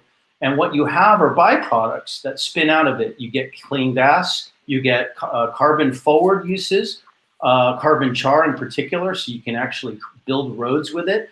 You have high tensile steel. So this is really good for the reuse of industrial products out there, and raw fuels. And so again, this is about taking a waste product and turning it into and reusing it for new regenerative industrial uses. The other thing that we did is designed a blockchain system to account for all of the processes across the supply chains between the company itself and its partners and communities. And basically what you end up with are new revenue streams. You have an asset-backed investment because you actually have a resource base that regenerates value over time. And because we can amortize risk in real time, we can mitigate most of the normal risks that investors and stakeholders consider to be problematic in these supply chains. And of course, what we can do operationally is create huge efficiencies across the supply chain. We can move value around, we can customize solutions so partners can share this data and information and the resources to create innovations. And these networks are self-controlled. And in the case of this, it's fascinating because Pearl Global is going to basically be able to have its own marketplace and its own exchange, and it can offer its own currency as a unit of account. So when people talk about cryptocurrencies, we believe this is the real world use of crypto, which is incredibly valuable. Another project we worked on a few years ago was with a company called Imaginea Energy. They were out of Calgary, and the CEO of the company, she passed away unfortunately, blessings to her, a wonderful woman, came to us and said, look, I have a patented technology solution to turn our oil and gas holdings into a clean hydrocarbon. She explained the science to us and got us acquainted with the ecosystemic impacts it would have. And in a nutshell, we mapped out a way to take this hydrocarbon and it would affect food supply, water supply, energy, and raw materials. And this graphic shows you the breadth and the scope of the impact that you can have just by using a clean hydrocarbon. Pretty unbelievable stuff. Now, one of the things I wanted to point out in getting the company to transform in this way, which is not an easy process, is we went through a team rebuilding phase. And this actually started with the human beings themselves. And what I mean by this is, in order for people to reestablish a connection with the natural world, they need to reestablish a connection within themselves that really supports and embodies their natural selves. And so we start with exercises that use non-verbal communication. And so what we did was, there's about 320 people in the company. These photos are from the headquarters, but they had about 35 drilling sites. And we got people to do physical exercises where they could cooperate around tasks without using words. And the main reason for this is, well, there's two reasons. One is that people have fiercely entrenched belief systems based on their upbringing, the way they're educated, any number of things that they need to break through.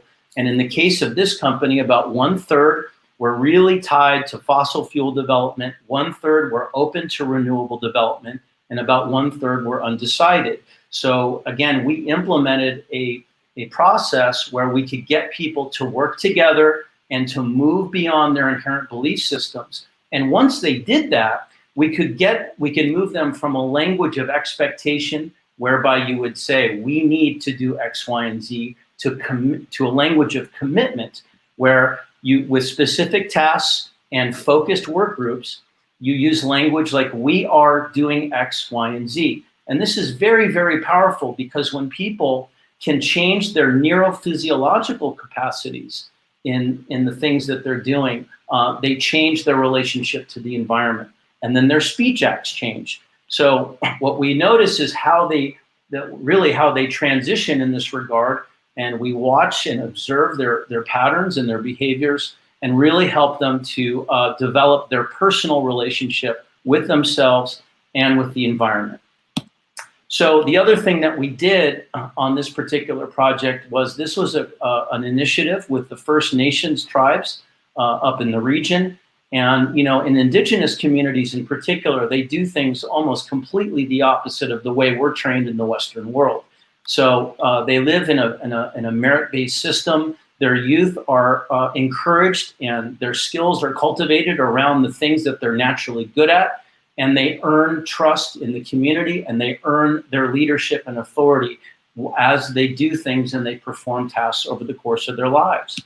So what we ended up doing was creating tribal councils of assessment, and basically with the pillars anchored in self-love and healing and trust building and earning your authority, people could develop a socio-ecological and socioeconomic understanding of their natural environment that's around them, and then they can apply these in an ongoing manner. The third example I'm going to give you is a group out of Missouri. This was also a few years ago, and these guys came to us and said, look, we have a way of creating an alternative food supply chain using grain elevator silos. And unbeknownst to a lot of people, these silo facilities exist all over the United States and parts of Europe, and they're abandoned. And the reason why they're abandoned is because grain production has gone way down, if not, is basically been wiped out. But what's amazing is these are concrete structures that are thermally engineered and protect against weather, and they're next to railways and waterways. So they have their own distribution systems already in place, and what we can do is convert them and grow vertically perishable goods and other agricultural products at 4 times the yield that you would normally see. So what we did was we looked at the structuring of the facilities themselves. We put in hydroponic beds, and using gravity and a pulley system, we would be able to grow the goods and would also be able to move the product in and out in a very efficient manner. And we also created a laboratory environment to experiment on the crop yields and the agricultural processes themselves. And one of the things we did in the conversion of the industrial sites was we looked at how we would grow in an accelerated manner. We looked at pest and weather protections, obviously using organic materials, how we would preserve the nutrients, reuses, of the soil and water, smart energy uses, how we would meter all of this, and then of course developing new training and curricula both inside and outside the company. So very, very innovative process that was open and agile or adaptive, whatever word you want to use for that. And what we were also able to do is create a food security system. Now, a lot of people don't know this, but in most urban areas, in particular, if the energy goes out, you lose your entire food supply in about 48 hours. And this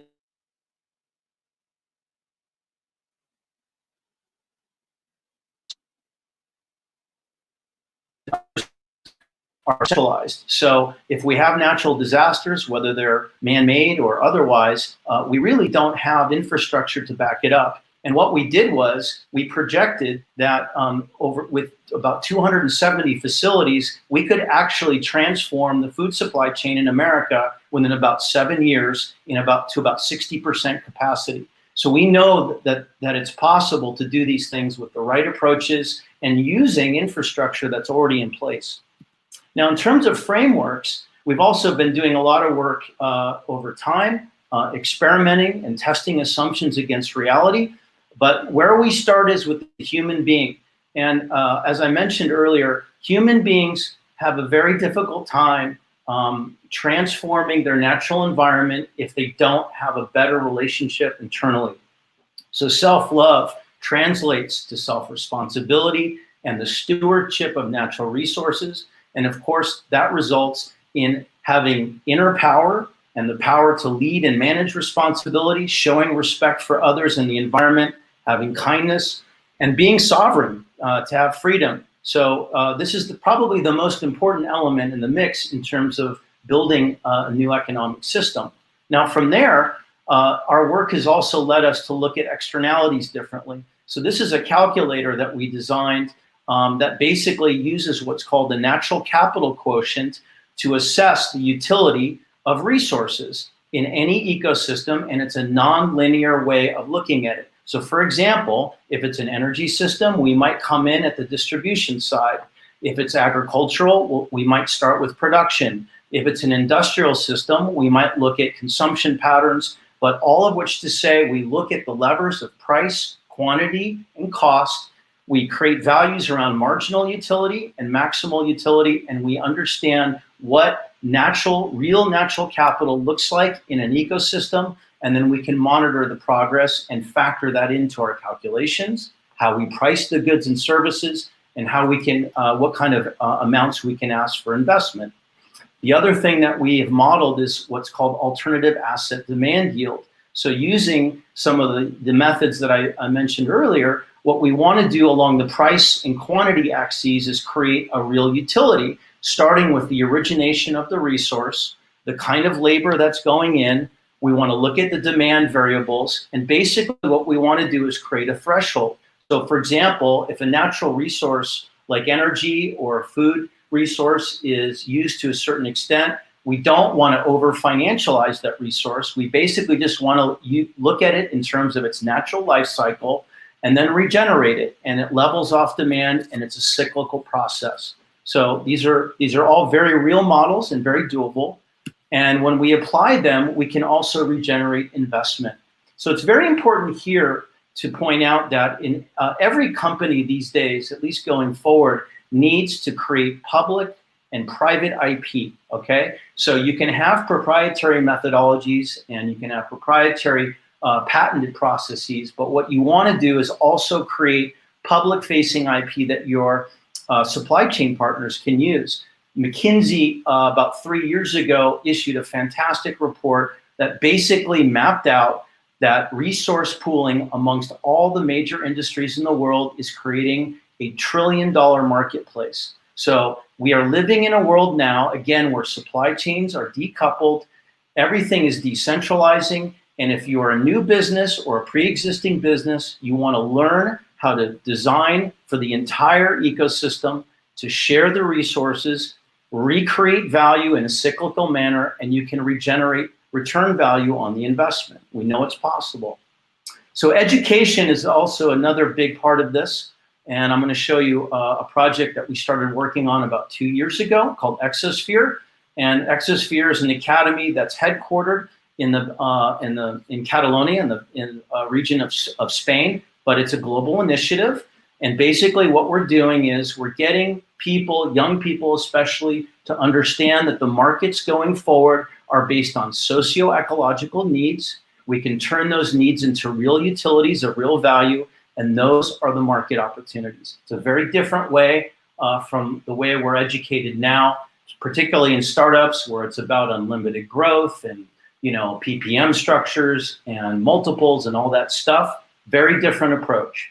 And what we do with that is we devised a curriculum composed of elements like psychology and philosophy and communication skills, of course, leadership and business, and many different methodologies. There's not one, so we're not beholden to one approach, but the idea is to get people acquainted with many different approaches and to create interdisciplinary development. And then we have biohacking. We're looking at blockchain and quantum systems, artificial intelligence, and UX design.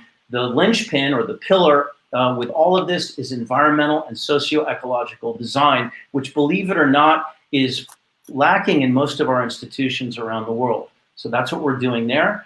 And we've done the work around the world. We've got about 7 years under our belt in 30 different countries. And most of the students come to us who have already been educated. Some of them are highly advanced engineers, but we're very frustrated that they were not able to develop their ideas in a way that was commensurate with their personal capacities, and we've seen some tremendous results. And just statistically around the world, at the foundation level, as I mentioned, we've worked in over 30 countries. So this would be the educational component. Now, to wrap this up, moving forward, there's three things that we see that are very, very critical in building a new economy, at least pluralistically. We want to solve systemic problems at their core. Now, the traditional way of going about this, and again, we see this a lot in corporations and especially startups, is typically they create a market opportunity based out of a deficiency, or they create something that maybe is not all that useful at the end of the day in the world. But we want to solve big problems systemically, and we want to identify the core of the problem. The second pillar in this is really, really critical. We have to test our assumptions against reality. We all see this: climate change alarmism, economic alarmism. All of these doomsday narratives are based on data that is probably not commensurate with reality, and we have to be able to test our own assumptions in real-world context.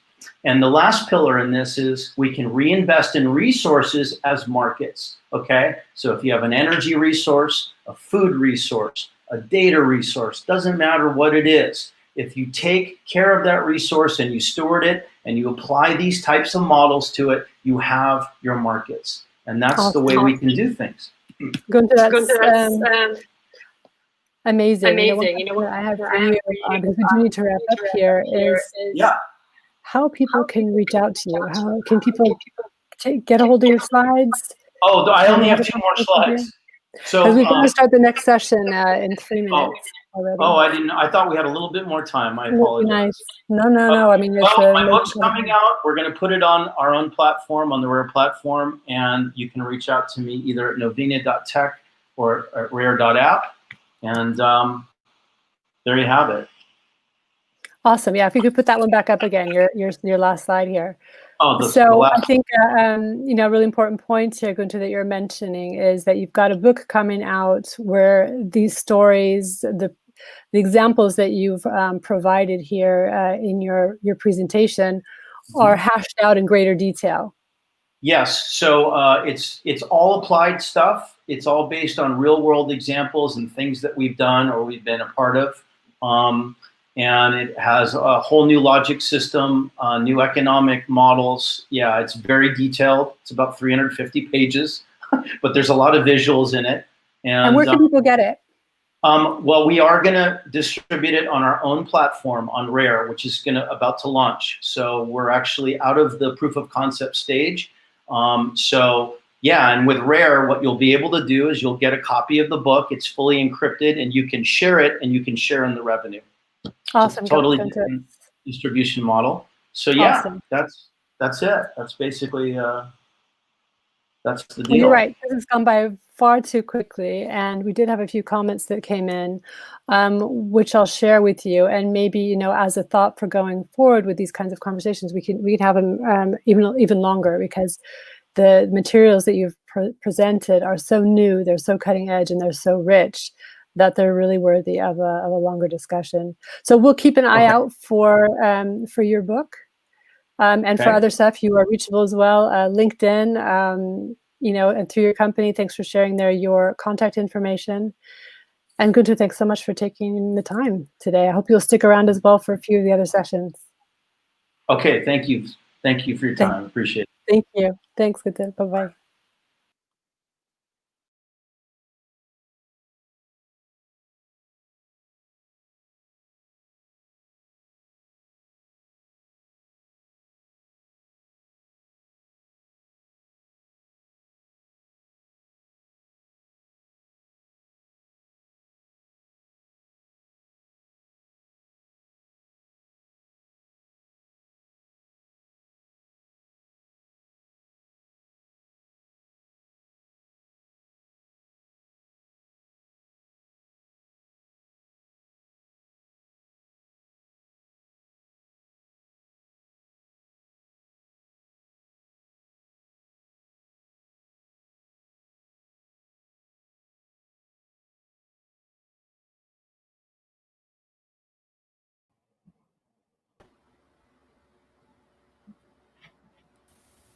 Hello, everyone. Hi, everyone. Everyone okay? Welcome. I see we've got Kieran, Charlie, Sarah, and Chris. Kathleen, thank you for everything. I want to say welcome to everyone today. My name is Amber Roman. I'll be our moderator for our panel. We have a group of 4 today, so I want to make sure we get as much time with each of you in our 40 minutes together. So since we're all from around the globe and we need to do some introductions, I'll just start us out, and then I'll kind of go around the group and ask you to give a bit about who you are, where you are, but also your background a bit, your organization, and why you're passionate about what you're here for today. I'll start out just a little bit. I'm based here in the US, out of Chicago. So if you hear any sirens, I apologize ahead of time. I'm in the city, so it might get a little loud, so I'll be on mute a lot today. But what I'd like to do then is go around and just reminder for our panelists today too, if you could actually mute when you're not speaking, that'll help as well, since I know I will be too. Why don't we start actually with Charlie here? I believe you're out of the UK, right? I knew you were going to say that, and I was thinking, oh, please let her come to me last so I can get inspired by everybody else, because that wasn't on the list of questions you shared with us, Amber, you cheat. I mean, it should be easy to talk about what I'm passionate about. So my name's Charlie Weinberg. I am the director of a small national arts charity in the UK. We work across England and Wales, and we design and deliver therapeutic group work programmes, predominantly in prisons, but also in community settings, all sorts of secure and community settings. We work with children, young people, adult males, adult females, staff, all over the place. So I'm really lucky. I love my job. I'm the director of the organisation called Safe Ground, and I am the chair of another organisation called the Centre for Crime and Justice Studies. So on the one hand, I'm really passionate about arts and transformational change. I'm really passionate about therapeutic group processes. I'm really passionate about leadership and social movements. And I've most things. I'm sure I'm much more passionate about other things as well that I can't remember. I'm chosen and lovely to meet you all. Thanks. Did I answer the question? What was the question? You did. Where you're located, your organization, as well as your background and what you're passionate about today. So thank you. All right, we'll jump over to another one of our panelists. I'll go up to Kieran. Would you like to go next? Hi, yeah, I'm Kieran Duggan. I'm coming to you from rural County Kildare in Ireland. I'm a recovering serial entrepreneur, having started successfully and unsuccessfully businesses business in the world of business and in the world of social and non-profit and that kind of thing. I'm a coach stroke consultant. I do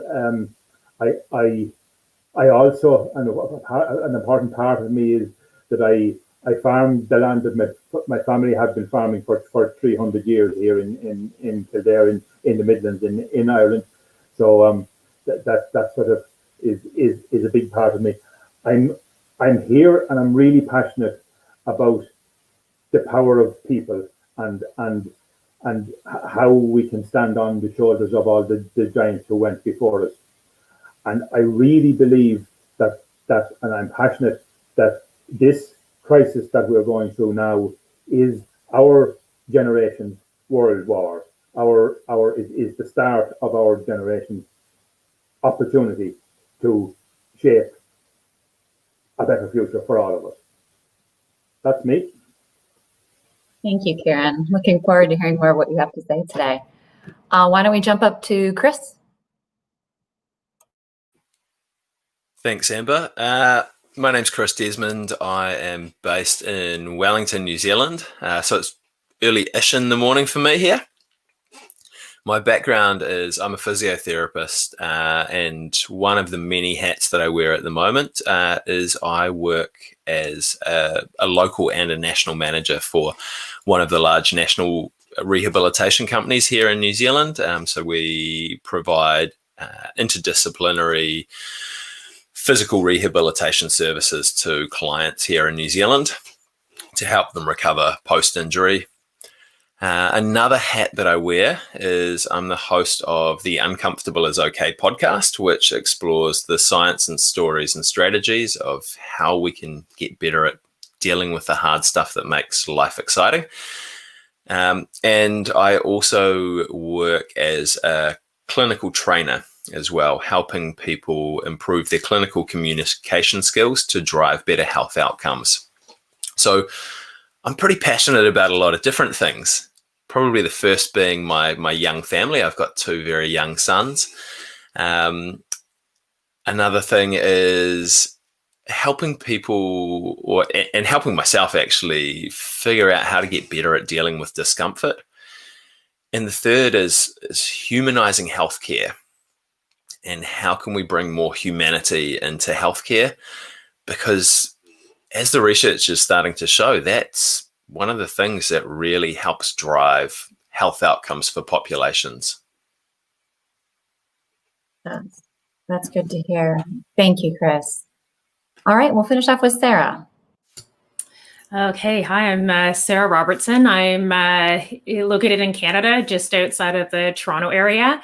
So I'm the founder of Limehorse, which is a professional development company that focuses on mostly personal development topics with a focus on e-learning for legal professionals. I'm also a faculty and advisory board member at the University of Toronto on their Applied Mindfulness Meditation Specialization Program, co-chair of the Ontario chapter of the Mindfulness and Law Society, and a performance specialist at Mindful Gateway Consulting. And so what I'm passionate about is helping people see or find new ways to live and work. In my past career as a manager in a company at the utility sector, I experienced significant burnout in 2013, and that really drove me towards looking at, finding different ways to develop human capital, and as well as how to bring more humanity into the workplace and creating healthier workspaces, and with an intention of driving societal change through starting with development at the individual level. As I unmute, thank you very much. So I wanted to at least do a recap a bit for those that may be joining us and may not have listened to some earlier sessions. I know I took some time today too as well. Part of what we opened the conference with today was acknowledging that fear of the crisis that we are in and embracing what is often referred to as a growth mindset, but also understanding the uncomfortableness that we are in now. And so as I looked at our panel today, I was like, how do I start this conversation? So I framed a few questions for us, and I would really like us to actually start with having each panelist actually specifically answer this question so we get some context. And I want to encourage who's ever listening in as well, that you can add comments. We'll be monitoring that. And I would like to at least take a few minutes at the end to actually address any questions or comments you do have as we continue forward today. So what I'd like to frame up is for each of our panelists today, what do you see as the most important focus that we must take as we step forward into this new world where all the norms are being redefined? And can you maybe describe it from either the lens of the impact to humanity or the impact that humanity has to other things? And so it's a very open-ended question, and I'm looking forward to what each of you would like to say. So I'll offer it up, otherwise I'll pick someone to go first. I get to pick someone. Sarah, would you like to start with us? Yeah, sure, Amber, I can start. So I think, the number one thing to be looking at is really that we need a paradigm shift as far as how we see human capital or labor. I think we've gone way too far into looking at that as a cost as opposed to an asset to be developed. So in some of the work that I'm doing, particularly in the legal profession, when you look at the sort of health outcomes of lawyers, it is, they're atrocious. I mean, we're looking at, 30% at any given time suffering from some form of substance abuse, 70% reporting, anxiety. The suicide rates are very high. Attrition is high. And from, if we're talking about that on a broader scale, if I want to come from the approach of saying that, a healthy democracy is dependent on the strength of its institutions. And with law, we're talking about the judicial system. So I just, kind of reverse engineering that and saying, like, if we have all of this, lack of wellness, I don't want to necessarily use the word sickness, but saying like that there is, this huge human cost to being involved in that profession, that I don't know how we can support that strength of institution and health of democracy if we have, a workforce that's not being supported or that's struggling. So is that? I think I covered everything that you asked. Yes. Definitely. I actually would like to open up and see if anyone wants to continue that thought or has something additional to add to that. Charlie, go ahead. When Sarah started talking, it made me think about, I'm in a book group reading Das Kapital at the moment. So there's a confession and an admission for you. I've never read it and I'm reading it at the moment. And when Sarah started talking about cost and labour and capital and human beings as assets, it kind of really connected with a lot of what I've been thinking about. And today, when I was thinking about this panel, I was thinking about the idea of surplus impact as opposed to surplus value or profit. And what would happen if, given that organisations, I work in a very small organisation, we're constantly looking over the edge of a precipice around funding and kind of sustainability and where we're going to survive, how we're going to survive. I wonder if this, and maybe it links a bit to what Kieran was talking about, instead of focusing on the bottom line or the profit margin or the surplus or the income, we started, if we're all going to go down, we might as well go down in a blaze of glory, and let's start thinking about, well, what can we do, pay out, if that's what it's going to be, to create the surplus impact, regardless of whether or not we can afford it or if we've got the money for it or waiting to get the funding or investing all the resource in generating income. Why don't we concentrate on building surplus impact that goes out and is thrown back into a wider economy than sitting in our bank balance as a kind of net asset or a balance brought forward for the next year? Yeah, can I pop in? Yeah, I think we need to take our time and begin to trust again. I'd like to pick up something, Charlie, you said around sort of we don't need to go down. We need to move on. We need to begin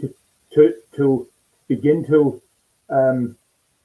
trust that if the organization that we are part of now can't actually survive through the exact in the system we have, that we let it go and we trust that we can take our ideas, take our time though.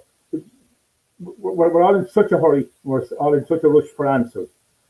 Sit in question and take our time and trust one another that we can do it. And I'd like to ask a little more on that, actually, that is it coming down to that trust that is, sorry, very loud noises here. Is it coming down to that trust of the unknown or trust of the organization to have the capabilities that are needed to move forward? Again, if I can just jump in again, I think we need to reimagine what we mean by trust. I find it very interesting that the more technology that we have, when we learned to write, we very quickly begun to require a contract that's be written down. So a person's word was less important. As we've built all our technologies and all our interactions, we trust one another less and less and less and less. Hence, we have a whole lot of strung out lawyers all trying to find out what trust is about. I think we need to go right back. We need to take a step back, and I think this is an opportunity for us to begin to do that. And actually think, if we can trust one another, then we can go somewhere. Sorry, I'm hogging the microphone here. That's a very good thought, and I want to make sure Chris gets some time too to answer this question, as you've heard everyone else speak as well. What are your thoughts on this? Yeah, I was doing some thinking on this yesterday, and actually the answer that I came up with kind of, I think, encapsulates all of the angles that people have talked about today. And I think the biggest focus that we need to have is empathy in moving forward. As a society, we've probably moved away from being empathetic of other people's position. And you can see that play out in multiple different areas at the moment. But I think to reimagine a future where everyone is thriving and everyone is doing really, really well, one of the important things is to understand where they're coming from and understand their point of views. And that's as societies, as communities, and I think that's as organizations as well. And as Sarah mentioned, lawyers as a profession are burnt out, and it's very similar with healthcare professionals as well. And I think part of that is that we don't stop and try and understand the perspectives of the other people around us, and especially the people that are different to us. And one of the coolest things is diversity of perspective. And the more diverse our perspective can be, the better we can solve complex problems, because we can look at it from a whole lot of different angles. And I think with empathy comes trust as well, as Kieran was talking about as well, is that to trust someone, you need to understand them. And I think all of that is going to be really, really important as we move forward and try and figure out, hey, what does this world look like? How do we want to actively shape it? Those are some really good thoughts, and I know, Charlie, you were looking to jump in here too, so I want to make sure you get a moment. Thank you, Anva. I think it's really interesting. You know, you're sitting in Chicago with really loud sirens going on, and we're talking about trust in a context where presidential candidates have criminals outstanding against them when they're elected, where they call each other liars and are known to be liars, as are governmental ministers around the world. You know, we have a fairly corrupt and questionable governance system internationally. So the idea of trust as a kind of bottom line or basis from which we operate, I think, is challenging. And as someone who works in the justice system, it's a really fascinating concept to work with, trust. You know, most of the people that I work with certainly don't trust lawyers. I'm getting notes to say that my audio is choppy and I can see it's jumping. So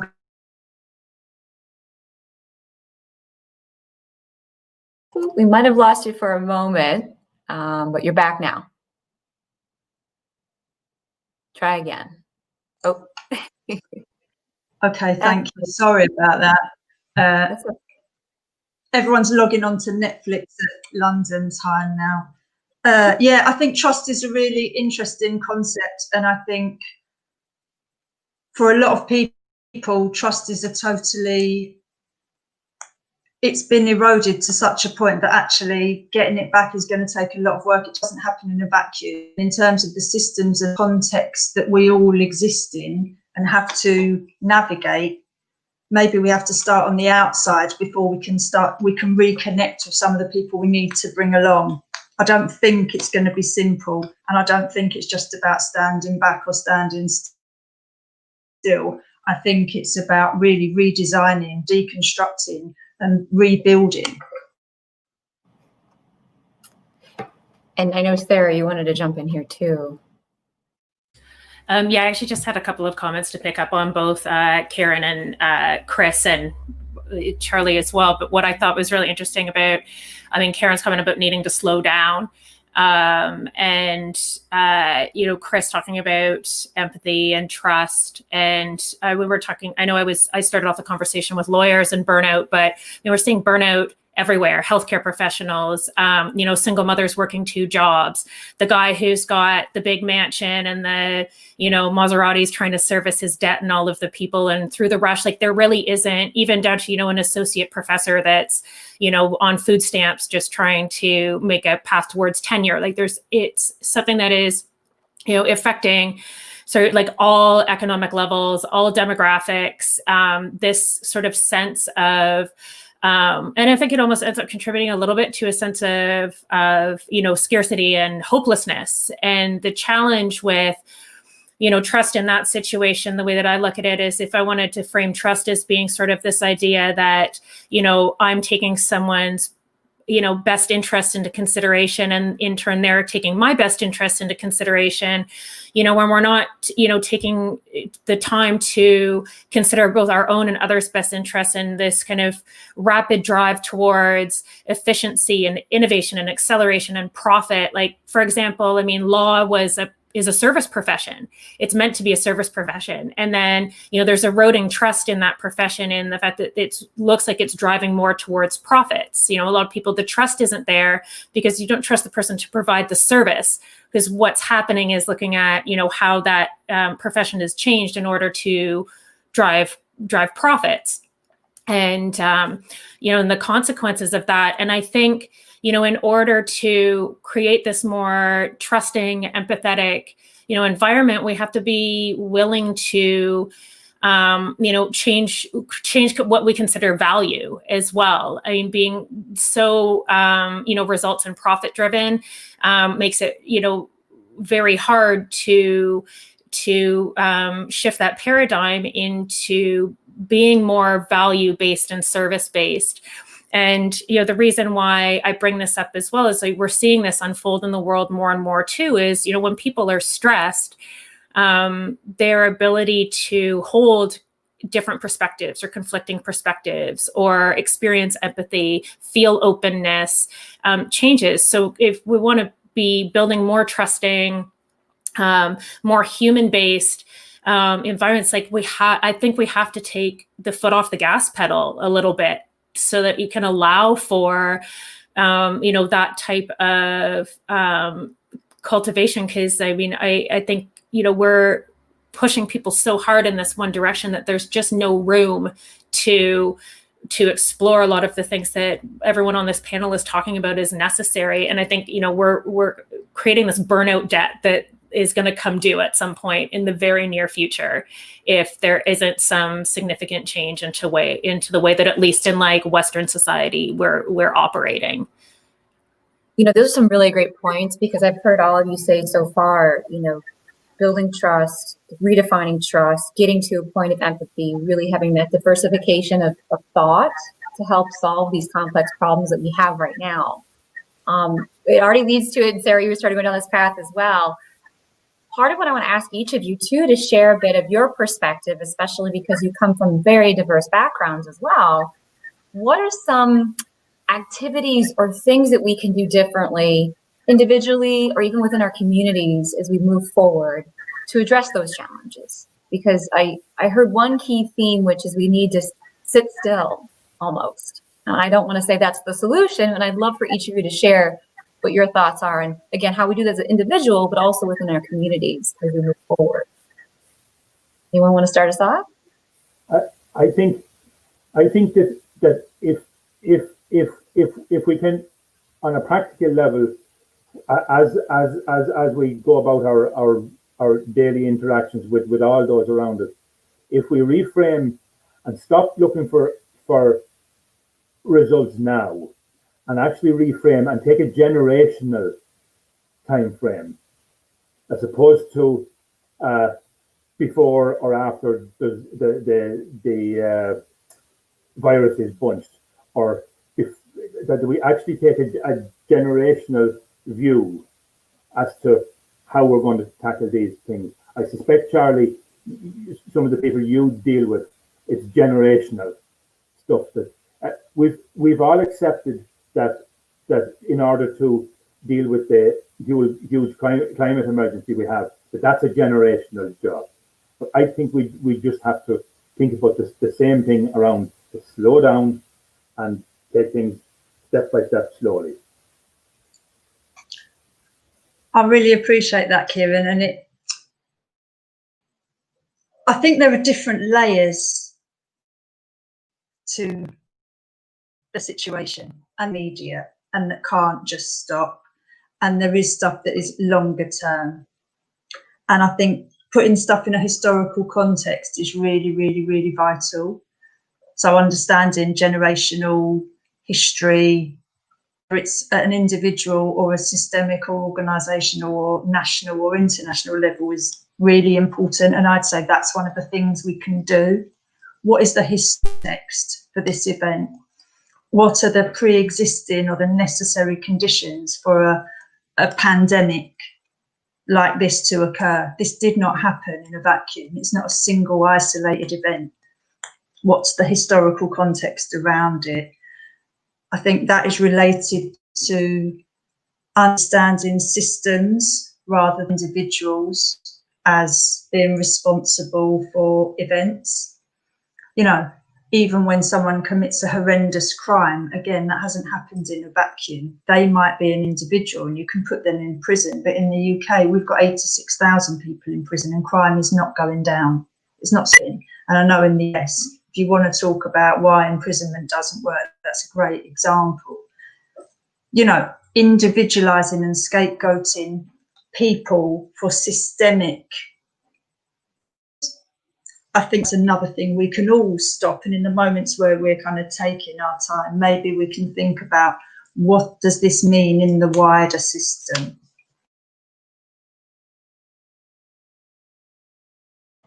Thank you for that, Charlie. That's beyond insightful. I think it adds toward that thought. So I want to throw over to Chris and see what your thoughts are on things we can actually do as individuals and in our communities. That's really interesting, and thank you, Kieran and Charlie, for that. And I think it's definitely as individuals we need to do something, but also as societies and systems as well. And my wife's a public health physician, and we have conversations about healthcare and sort of the best way to change things. And obviously, as a public health physician, she's very sort of population and systematic approach. And we argue because I come at it more from the individualistic level. And sometimes we just kind of have an argument for fun on this. But I think it's always both. I think the systems drive individual behavior.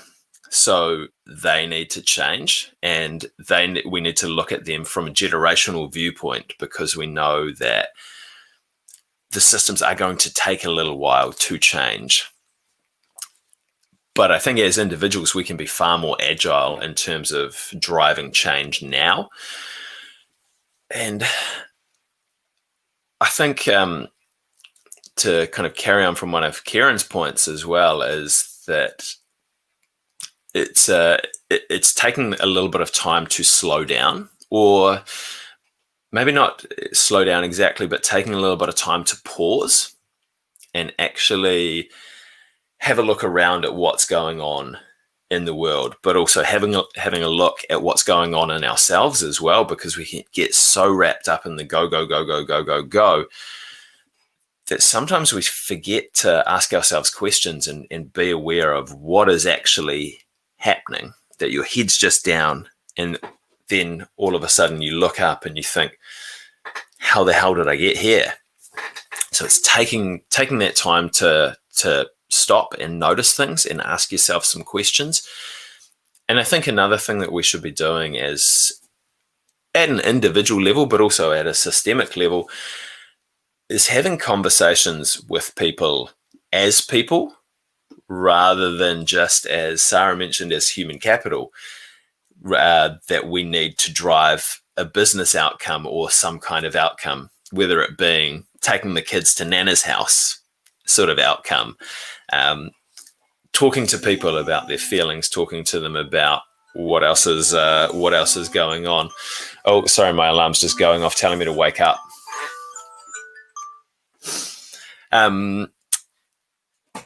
Yeah, so I think those two are going to be big things on an individual level, is being patient, taking some time, but also having some conversations as people. That's actually really insightful, Chris, too, because there's actually a comment right now that I want to point out for us. The generational change is a huge factor in the criminal justice system, that there are many similarities across sectors like health and education. So I'm curious if anyone wants to go down that thought and describe it additional to what Sarah's gone on the legal side for healthcare, but also, frankly, teachers as well. I have a different angle altogether on the same thing. 25 years ago, myself and my brothers planted a lot of trees, a forest on part of our farm. And now we have a whole bunch of wildlife and ecological stuff happening all by itself. But it took that time. And my point is, it's just sometimes if you sow the seed right and wait, give it the time, it just happens. The concept of planting a seed and watering it as you see progress and nurturing it as you see it growing. So I'm going to open up a bit for our panel here too. A lot of the language I know I've heard today through the discussions and panels and ours as well is this sense of uncomfortableness, and what that means as we acknowledge where we are right now.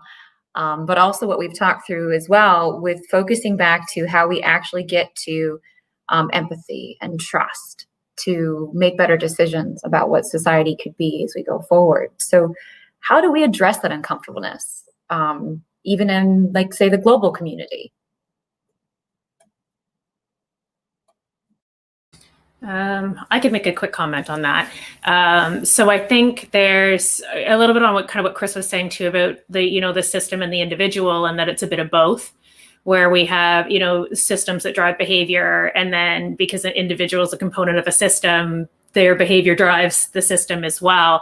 And I mean, for the most part, on an individual perspective, I mean, we're not looking at massive systemic change tomorrow. Like, this is what we would talk about. This is a generational thing. But one thing that we do have agency over is how we handle circumstances ourselves. So, I mean, discomfort always precedes change. That's the nature of how this is. And so you kind of have two options, is to avoid or embrace. And because sort of as default for human beings, we, like to avoid pain. So there's always going to be that pull towards the comfort part of it. And we live in a society that is very much that's driven, particularly in like the consumer aspect of it, where it's like, this feeling that, we have to be comfortable or pleasure seeking all the time. Like, oh, your life isn't good, buy this, or like change this, or all of these external things. And so we don't really create a culture of, sort of embracing that discomfort that comes along with change. And I think the first step is awareness. The first step in change, any type of change, is always awareness. So, becoming aware of, how this is impacting our lives on an individual basis, on a community basis, and sort of just having the developing a constitution of, like, a personal constitution of being able to embrace that discomfort that comes along with uncertainty. There's a great study about people, choosing having an option to sort of just sit by themselves or give themselves electric shocks. Rather than just sitting by themselves. And I think it's like 30% of females and 50% of males or something would choose to shock themselves rather than just sit with themselves for 15 minutes.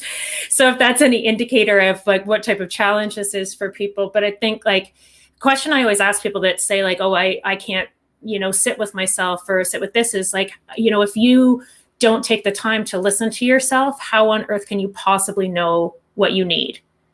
And it's the same thing with other individuals too. If you're not taking the time to listen to others, like how can you possibly know what they need in both ways? So, that's like right at the foundational level is for like building individual awareness and moving forward. I think that creates a place of agency and moving forward from that place. Nice. And that connects, if I may, Amber, with something I've been thinking about. We've started running a public reflective group. So just a kind of therapeutic space for members of the public to join online since March in response to the isolation and the kind of quarantine conditions. And one of the things that's become really clear through that group process is the kind of the pendulum between hope and helplessness that people seem to be experiencing. And, lots of people talking about, I have up days and down days, good days and bad days. It's not a linear, yesterday I felt terrible, but now everything's going to be okay. I don't think people's lives work like that. So I suppose understanding and acknowledging that, change is an event, it's a process.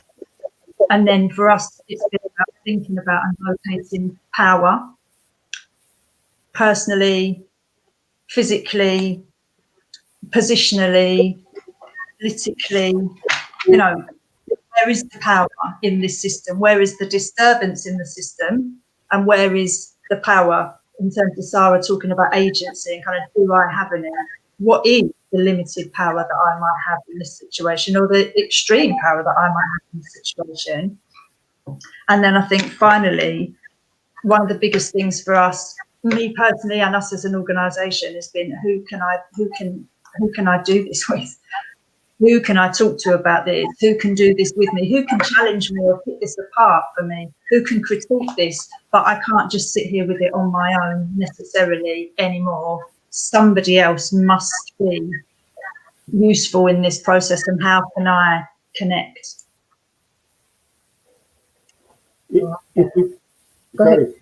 Just very quickly, if we could sit, be able to sit in the uncomfortableness of questions and not always chase for answers.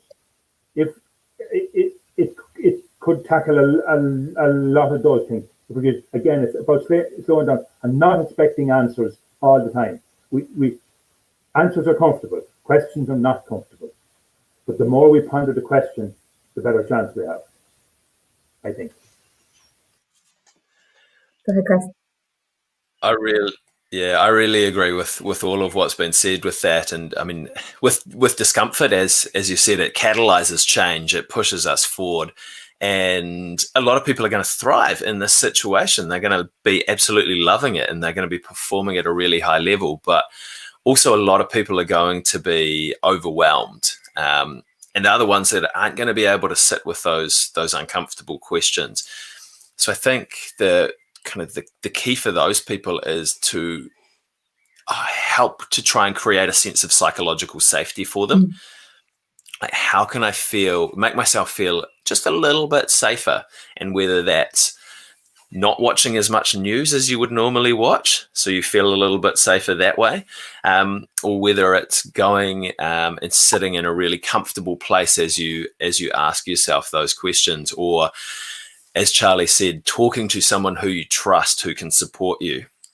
It's looking for a little bit of safety so that you can operate at a higher level and solve problems more creatively. Mm-hmm. That's really well said, Chris. And I'm going to time check us here because I know there's an opportunity to continue this discussion. Sai has offered that continue with the next stream at 1:30.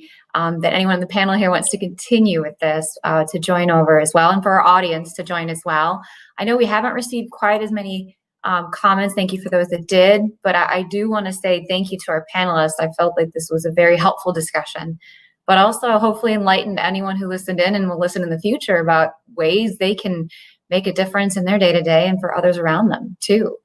So I would open it up for anyone else who wants to add a closing comment or perspective for the last minute we have. Everyone's like, no, we're good. Well, hopefully you can join the next panel. And I want to thank you all again and have a great rest of your morning, evening, or afternoon. So thank you. Thanks very much. Bye, everybody. Thank you.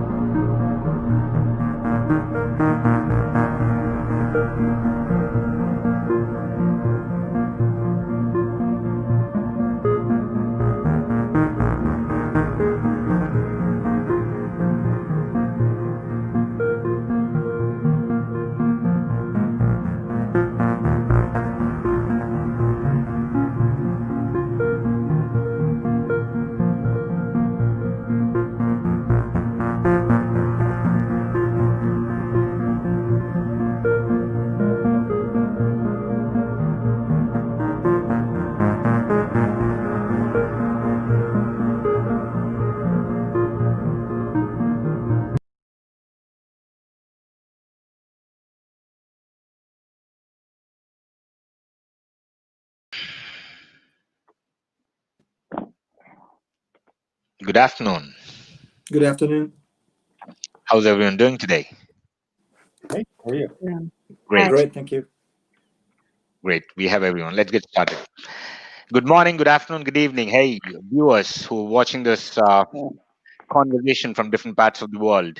I want to welcome you all to Catalyzing the Future, the conversation on business, agility, and anti-fragility. We have a diverse panel today with expertise with from different areas of business or organizations with niche and expertise in certain particular segments of the industry. I'm so looking forward to this conversation. Ladies and gentlemen, I'm your moderator, John Cherian. I'm a business coach. I work with leaders, team. More importantly, I work with people to uplift them, to get the best out of them for them, their organizations, and the society in general. Before we jump into this conversation, I would like to take the opportunity to pass on the ball across to our panelists so that they could introduce themselves in their own words and then let our viewers know the perspective that they bring onto the table and get onto the conversation from them on. Whoever wants to go first. Ladies first, I guess. Andrea. Thank you. Thank you, John. Hello, everyone out there in the net. It's a pleasure to have you here. I'm Andrea Ruotolo. I'm the global head of Worley, which is the largest engineering company in the energy sector. I focus on building energy systems that are adaptable to new climate conditions. And to do that, I focus on building teams through an entrepreneurship strategy, bringing the best commitment and energy from entrepreneurs within large organizations.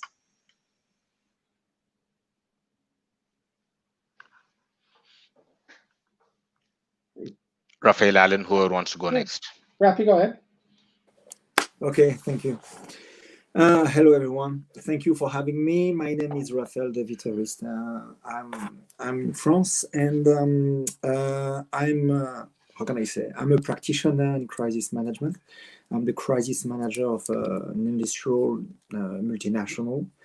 I'm also a teacher in crisis management for a couple of masters, crisis management, crisis communication, and risk management also. And finally, I'm a starting scholar in crisis management, so I'm pretty focused. And I spent 7 years in China, and I learned a lot there. And I'm highly interested by anti-fragility that I try to implement in the organization I work with. And I would be glad to share experiences and learn a lot about agility and how those two concepts can work together. Thank you, Rafael. That's it for me. Yeah. Thank you. So hello to listeners across the globe. My name is Alan Camus. So I'll say good afternoon. I'm coming to you from the East Coast of the United States. I'm currently the Vice President of Operational Excellence at a healthcare technology company. I started my professional career as a paramedic, and while working for a university health system, had the opportunity to move into technology project management, and discovered along the way that much of the tenets, the training, the principles of successful pre-hospital medical care were very much the same with successful project management.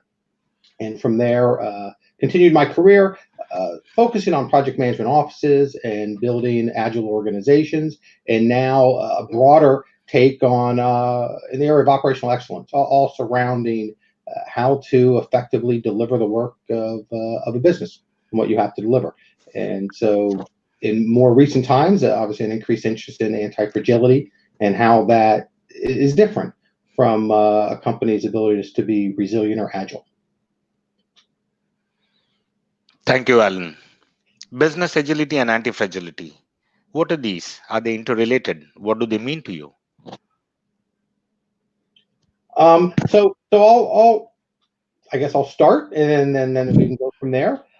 To me, the fundamental difference, and this is kind of a continuum of thought you could think in what's been going on for maybe the last 10, 20 years, is an idea of the difference between an agile project and an agile organization, and an organization's ability to take advantage of opportunity and respond to change versus reacting. And so your ability to be prepared and thoughtful and focused thinking forward. And so I think we're finding today that there are many companies who have proven to be resilient and able to respond to our current situation. But that doesn't necessarily mean that they're an anti-fragile organization and an organization that can be successful time and time again, irrespective of the challenge that comes in front of them. So to me, that's a little bit of a difference. Rafael, Andrea. Andrea, do you have a comment or? Go ahead. To start? You people are too kind. Go ahead, Rafael. Okay, no problem. The way I see it is, I think because of a couple of representation that you can see on the internet, and which were used also by Nassim Taleb himself, we got the tendency to put resilience in front of anti-fragility, as one thing should be a little bit old, and we would get a new version and more wider version, more wise version. And I don't think in this way. I think in one system, in a huge organization, a lot of area are anti-fragile, and they don't know. They even don't know they are anti-fragile, because you have a lot of, how can I say, you have a lot of redundance of things. For example, it's just one example. So they are anti-fragile by nature because they have spare parts.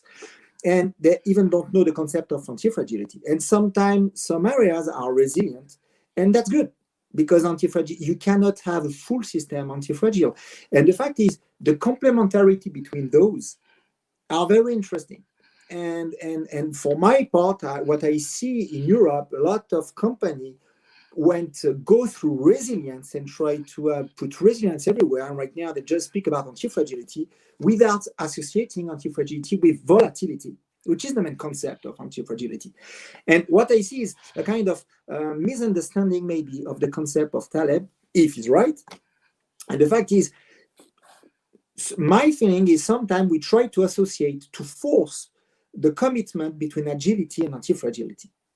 And for me, the bridge between them is the complexity theory, where you don't need to have parts and separate parts, and you need to connect everything in order to have a kind of evolving system which can learn.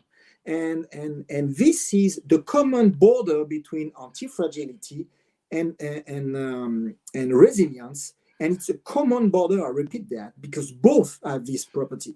And we need, and my opinion is, but this is just an opinion because I'm not an expert in agility, is would it be pertinent to explore agility through this concept of complexity in order to have an organization better? It means in some part it will be agile, in some time it will be resilient. I don't know if it makes sense for you. And your thoughts? Yeah, so I've been thinking about this for a while, and for many years I've been looking into technological solutions for the problems that are upcoming for us, especially on climate change.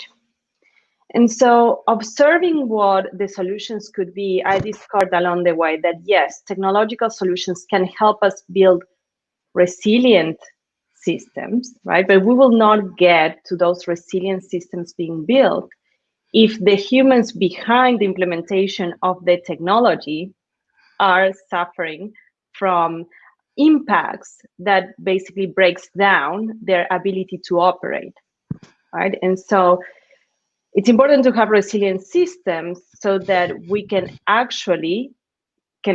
society keep operating even during extreme shocks, right? What those systems will allow us to do is absorb the shocks so that the humans within the system can keep operating. Then we have the concept of anti-fragile, which is that ability to get better even through stress, right? But if we don't have resilient systems protecting humans, then humans cannot go through the cycle of anti-fragility, right? Because there's a breakdown. So how can we meet the two together? How can we have those resilient systems and have humans be able to go through those cycles of anti-fragility so that we can keep evolving even under very harsh conditions? I believe that happens through intrapreneurial energy. What do I mean by that?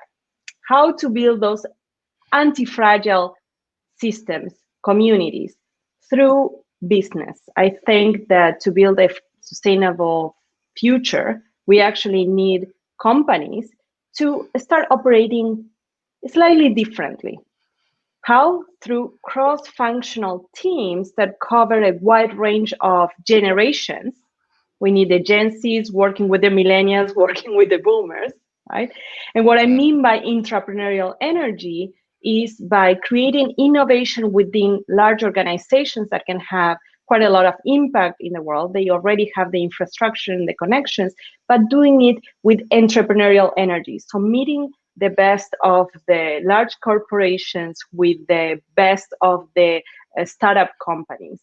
I think that that's how I didn't touch upon the agility, because I think that agility is basically a cycle of anti-fragility within businesses, right? It's the ability to quickly readjust, but without resilient systems, we can't go through those cycles because basically we would have a breakdown. So that's what I'm putting my focus today.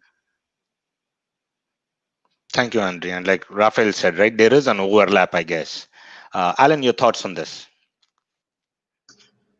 Yeah, thank you. It's interesting when you think about trying to draw a line between these different ideas, and as Rafi mentioned, there are many organizations who have anti-fragile components that didn't even realize it, right? So you think about as we've tried to, if we have, build agile teams and agile organizations, and the tenet of constant feedback loops and responding to change and do something, evaluate, then kind of evolve it further. And many teams, many organizations have been very successful with that. But within those teams, right, have they built the concept of redundancy and shared knowledge? And when you think about the kind of the core fiber of an organization, has the organization approached the continuous learning mindset, where even within any team structure or any traditional hierarchy, are people still holding on to their knowledge and their base? They still can be very, very agile and successful as an organization, but they still might very well have their internal towers, and those are the things that fight against that anti-fragility, right? Whereas teams have greater understanding of each other's work and the overall mission, they have the ability to step in and cover for each other. And Rafi's points out the good one, where many teams have built those types of components in without even realize they were doing or not intentionally doing it to be more anti-fragile. But now I think it's more aware. And how do you build those systems into your way of thinking and your the culture that drives your organization? And as a community, what are we doing in this area, in this space, if you all can throw some light based on your areas of expertise? Well, I want to go back for a second to the concept of redundancy, and it's the following. And I would like to hear Raphael and Alan, what do you think? Because sometimes we confuse terms, right? And I want to make sure we are on the same page. But redundancy as the replication of the same system, I view that as fault in design, as basically doubling the cost. The way I like to think about redundancy is creating, for example, I focus on design of local energy systems that are resilient, right? So what you have is you have a local energy system that if the distribution grid, if there's a power outage, that system would be able to island from the distribution grid and keep operating on its own.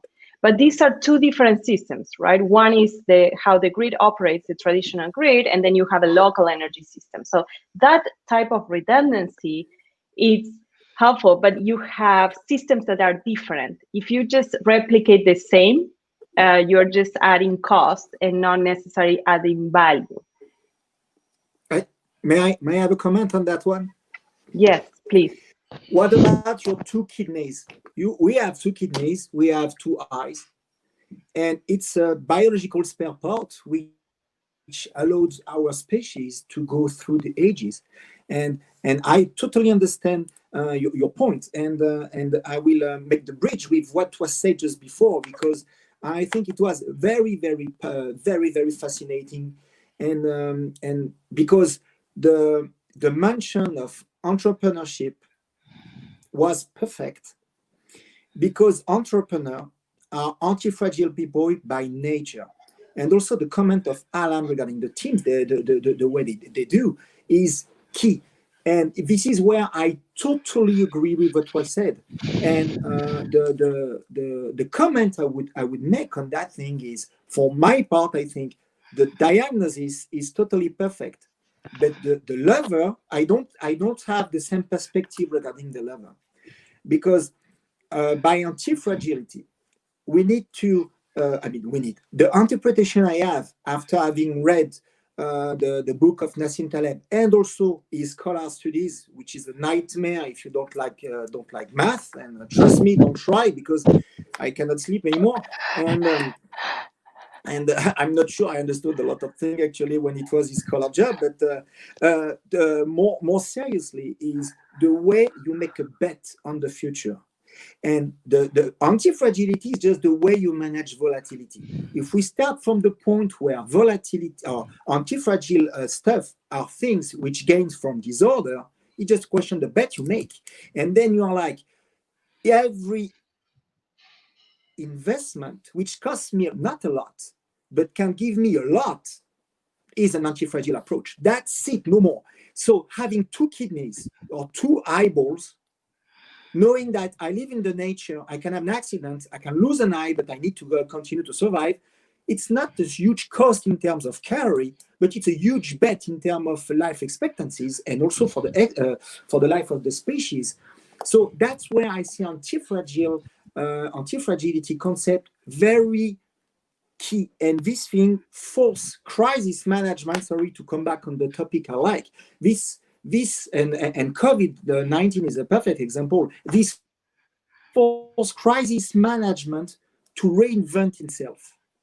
Because all the principle we got on crisis management didn't got that bet on the future and try to use positive black swan. We never thought about it. And with volatility and the bet of positive black swan can also, for the first time, really bring the opportunity part of crisis management, which we never used before. Sorry, I speak a little bit. I was a little bit too long. I'm French. I'm sorry. I apologize. Don't worry, Rafael. This is what it is. It's conversations, right? So don't worry. Yeah. And I wanted to create this, John. I hope you're okay with it. But it's a little bit of challenging one another, right? And going deeper into the topics. What I face as a designer of these systems is that, yes, there is a need for redundancy, but in critical aspects of the business, and finding that optimization on where do you need redundancy and of what type. In some cases, you may need a copy. I haven't seen much in the business space that should be that way, or in the infrastructure space. But in my experience is how to find the optimal level of 2 points of common coupling, right? That would help the system rebalance if there's a shock. How many? What are the critical areas of the business where that is needed? And avoid using resources which are so precious, and most in these times of crisis. Yeah, it's interesting. I think, John, you started with the question, how do we think we're doing on this topic? And to me, I think that's really quite interesting. And when you pull in kind of Andrew's concept of optimization, how each organization even defines what does optimal mean for them. And I think for myself, I think as organizations, we're still quite challenged on these topics, and I believe very strongly around just culture and values being the foundational drivers of what happens within an organization. And when you start to ask questions of optimization, and I don't know how often leaders think about how they would define optimization in relationship to their values and what they value. And one of the things I really wonder a lot about these days is, what do we as leaders really believe in, as opposed to the values we put forth to our teams? At the true core of us as people, do we really want our people to trust us, or do we really want them to listen to us? And if they trust us, that's just a bonus, right? Do we really want to be servant leaders, or do what we really want is we just want the problem to be resolved without being on our desk? And I think these become very deep questions that define how we move forward and how we even define what anti-fragility means to us. And I think we're continue to evolve in this space, but I wonder how much attention leaders, and even myself, how often do I do this? Do I really ask myself the question, what do I really believe in, versus what am I saying, right? If no one was there to judge my words, if there was no repercussion, there was no response from the team, how would I really feel about this? And if there's a gap between how you really feel about it and what you're doing, assuming you care, right? How do you close that gap and move forward? And I think those are the really challenging questions for us. Yeah, I think you just brought up a very important point, which is the why of the leader. And the why will define the beliefs, will define the structure of the organization, will define the day-to-day operations. And who is that leader? Is that why that they are bringing forth something that is now catchy in the media, right? Or is something that they have truly reflected on in their life, how they live every day, what they eat, how they have their home set up, the type of people they surround themselves with, how they spend their time, right? Is that all aligned? Because if that is all aligned, then we have a true leader that will go through processes of crisis without much, I would say, breakdown, right? They might be concerned at times, but if they have all aligned, their personal lives, their core, right, their heart and their minds is aligned, then they are probably going to do well, and their teams are going to be confident to go through those moments of crisis. So that having that why defined and being true to it is, I think, what differentiates true leaders, servant leaders, from the rest that I would mostly call managers. If I may play the French guy. Please go ahead. And you are one. Because I totally agree with what was said, as the leadership is one of the key levers. And but as a French guy, where we got yellow vest, and I would don't see it as the principal one. And I would see a couple of others which I'm not, I don't see in the literature, and any study showing that one is the most important one. I think that then it depends on the culture of the organization and the way we see things. But what I see in the literature, and what I could practice also, is which can, for me, create a common ground between agility and even the social structure of the company, and the social dynamics, the momentum, and anti-fragile approach or resilient approach is the position we have toward mistakes. Do we provoke mistakes? Do we love mistakes? Are we agreed to make? Do we want to create mistakes to learn from that? Small mistakes adjusted in order to don't put you in danger, and then from that use the collective knowledge appreciation, which will create an incremental change, and then you can change the culture from in a bottom-up way. And I see this level at least as important as leadership. So don't misunderstand me. I don't say that what was said before I disagree. I totally agree with.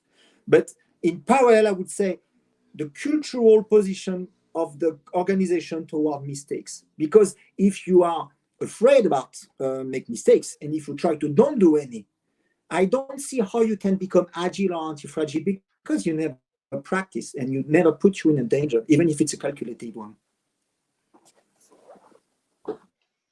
Yeah, I agree with that. I use the term psychological safety, and it's if you don't create, I like distributed leadership, to be honest with you, with everyone is empowered to do their best from their position, but from the top to set up psychological safety so that everyone in the organization would be willing to step up and bring up, is there any issue, or just speak up, feeling that they have that space to share information. I think it's so critical for the success and the health of the system. So I totally agree with that point.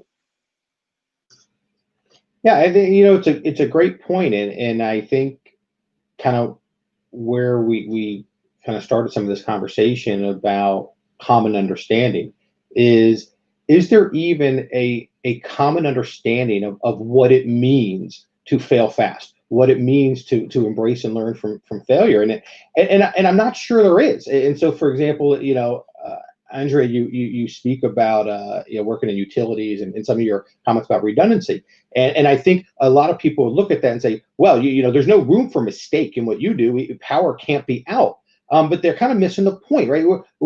Learning from mistakes isn't your mistakes being the ones that shut down your business. Learning from mistakes are the entrepreneur and investigative process of building piece by piece.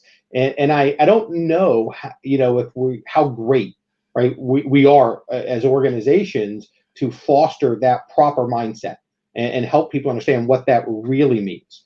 And what is even psychological safety? What does that really mean? And kind of going back to kind of that leadership concept, how often have we heard, a leader say, I want this to be a safe environment. I want you to give me feedback. But you can tell pretty quickly, they didn't really want the feedback.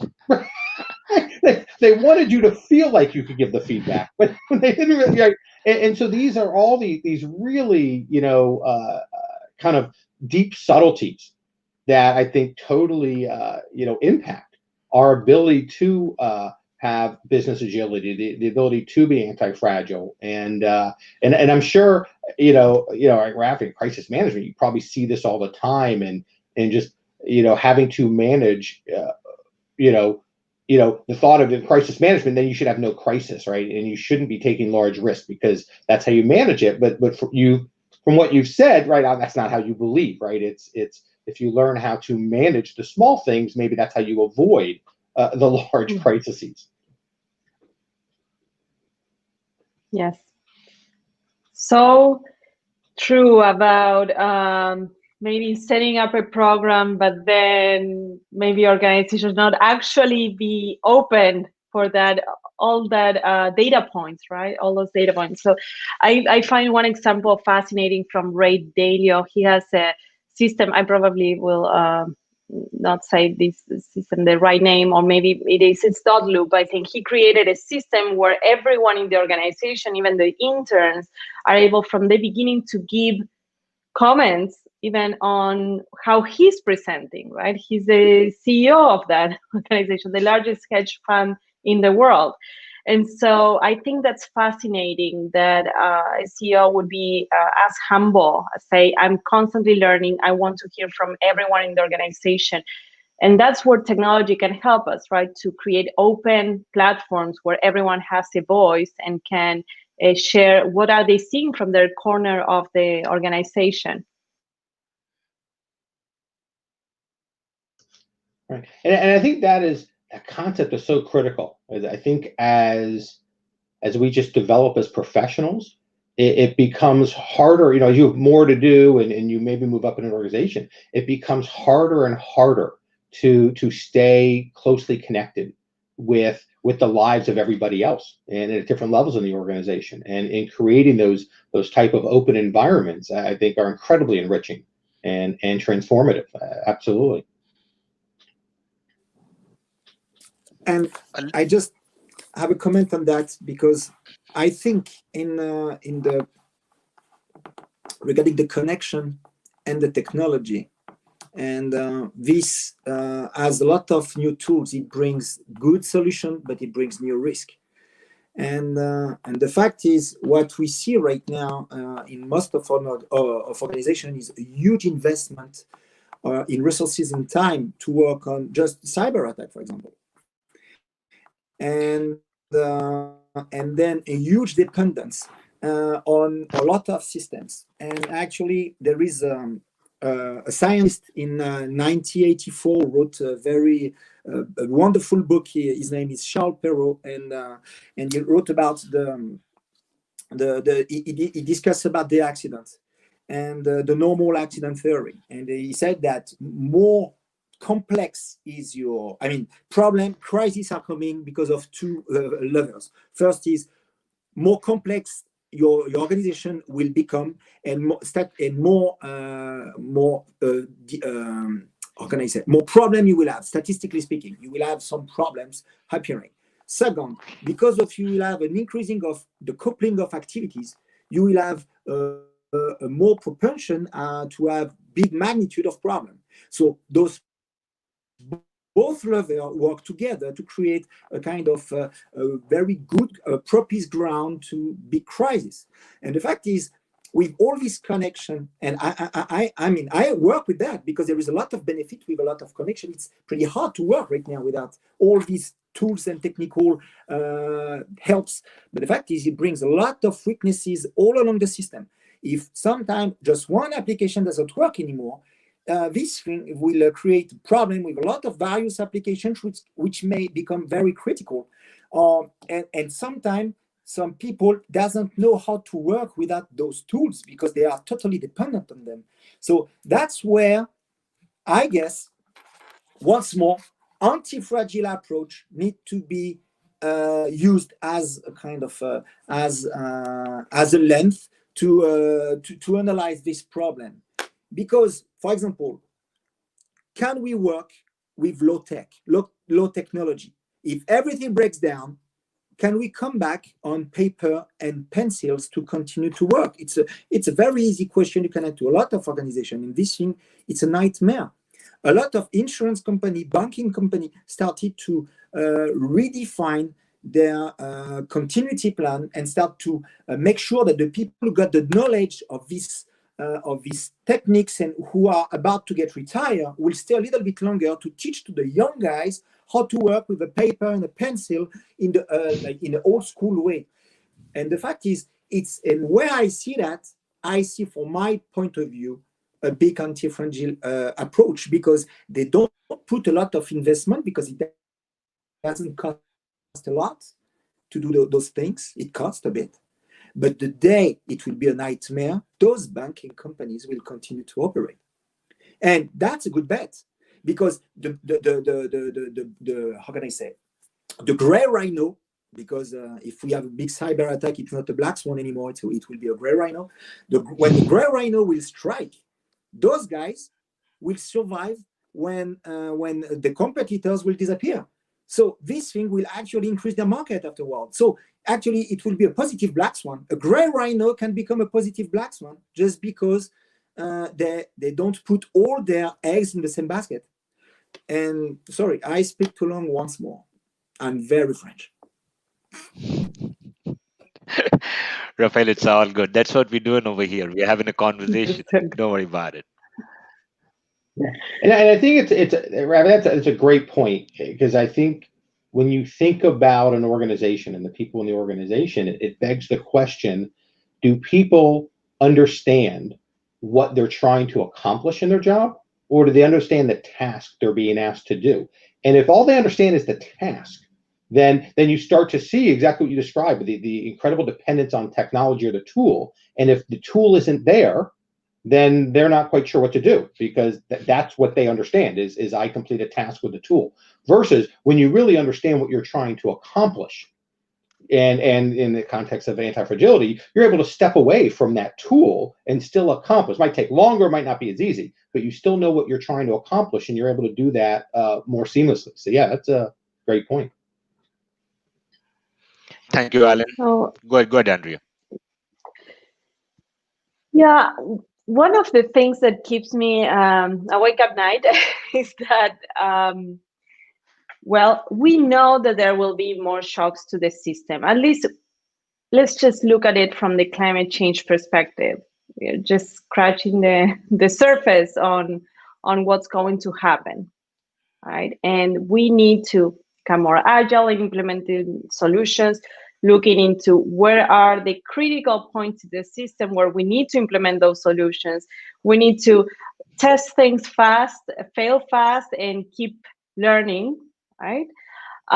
We need a different type of conversation where there's more diversity in the room, so that we can look at the problem from multiple perspectives, and ideally that will, I believe that will help us to reach solutions that are less prone to well, they are more prone to success. The reality is that right now 90% of startups fail, and 70% of or more of corporate innovation efforts fail to succeed. 90% of startups, which we are talking about innovation, and more than 70% of corporate innovation. So bringing those new solutions is not working. So I think we need to look also into, you talked about tasks, Alan, and a job. And I think what's really critical is that we are able to create ecosystems of people that look at what they do beyond just being a job, but more about being a mission. And for that to happen, we need to align incentives of companies, large corporations and startups, so that they can work together even through shocks in the system. Thank you, Andrea. We're falling short of time over here, but as a panel, if you all might want to wrap up and give our audience, our viewers, a quick takeaway, short and sweet, 1, 2, 3 bullet points, what would that be?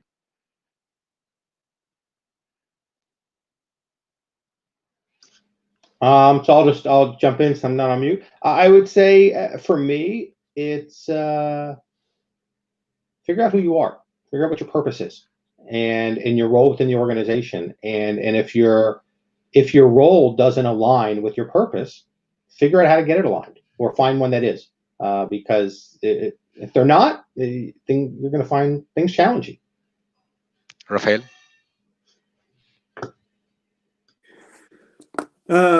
I fully agree with the previous comment, and it's a good one. And I would say, coming back on true fragility and mistakes, if, as Nietzsche said, what doesn't kill you make you stronger, go and fight. You will learn. True. True.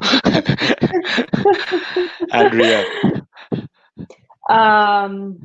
I agree with that. And yes, it's know thyself. You need to know, and the time is now. Basically, it's know thyself, and the time is now. Thank you so much. That being said, before I pause this conversation for it to continue again, like Rafael was asking, and many more on the panels were asking, tomorrow, if we had to go back to the old ways of working, are we looking at risk and uncertainty from the same standpoint? Ladies and gentlemen, thank you so much for joining this session. Before we leave, don't forget to join our next session. That's for Maha's conversation on stream 1. Until then, thank you so much. Have a wonderful day or night ahead. Thank you. Thank you, everyone. Thank you. Bye.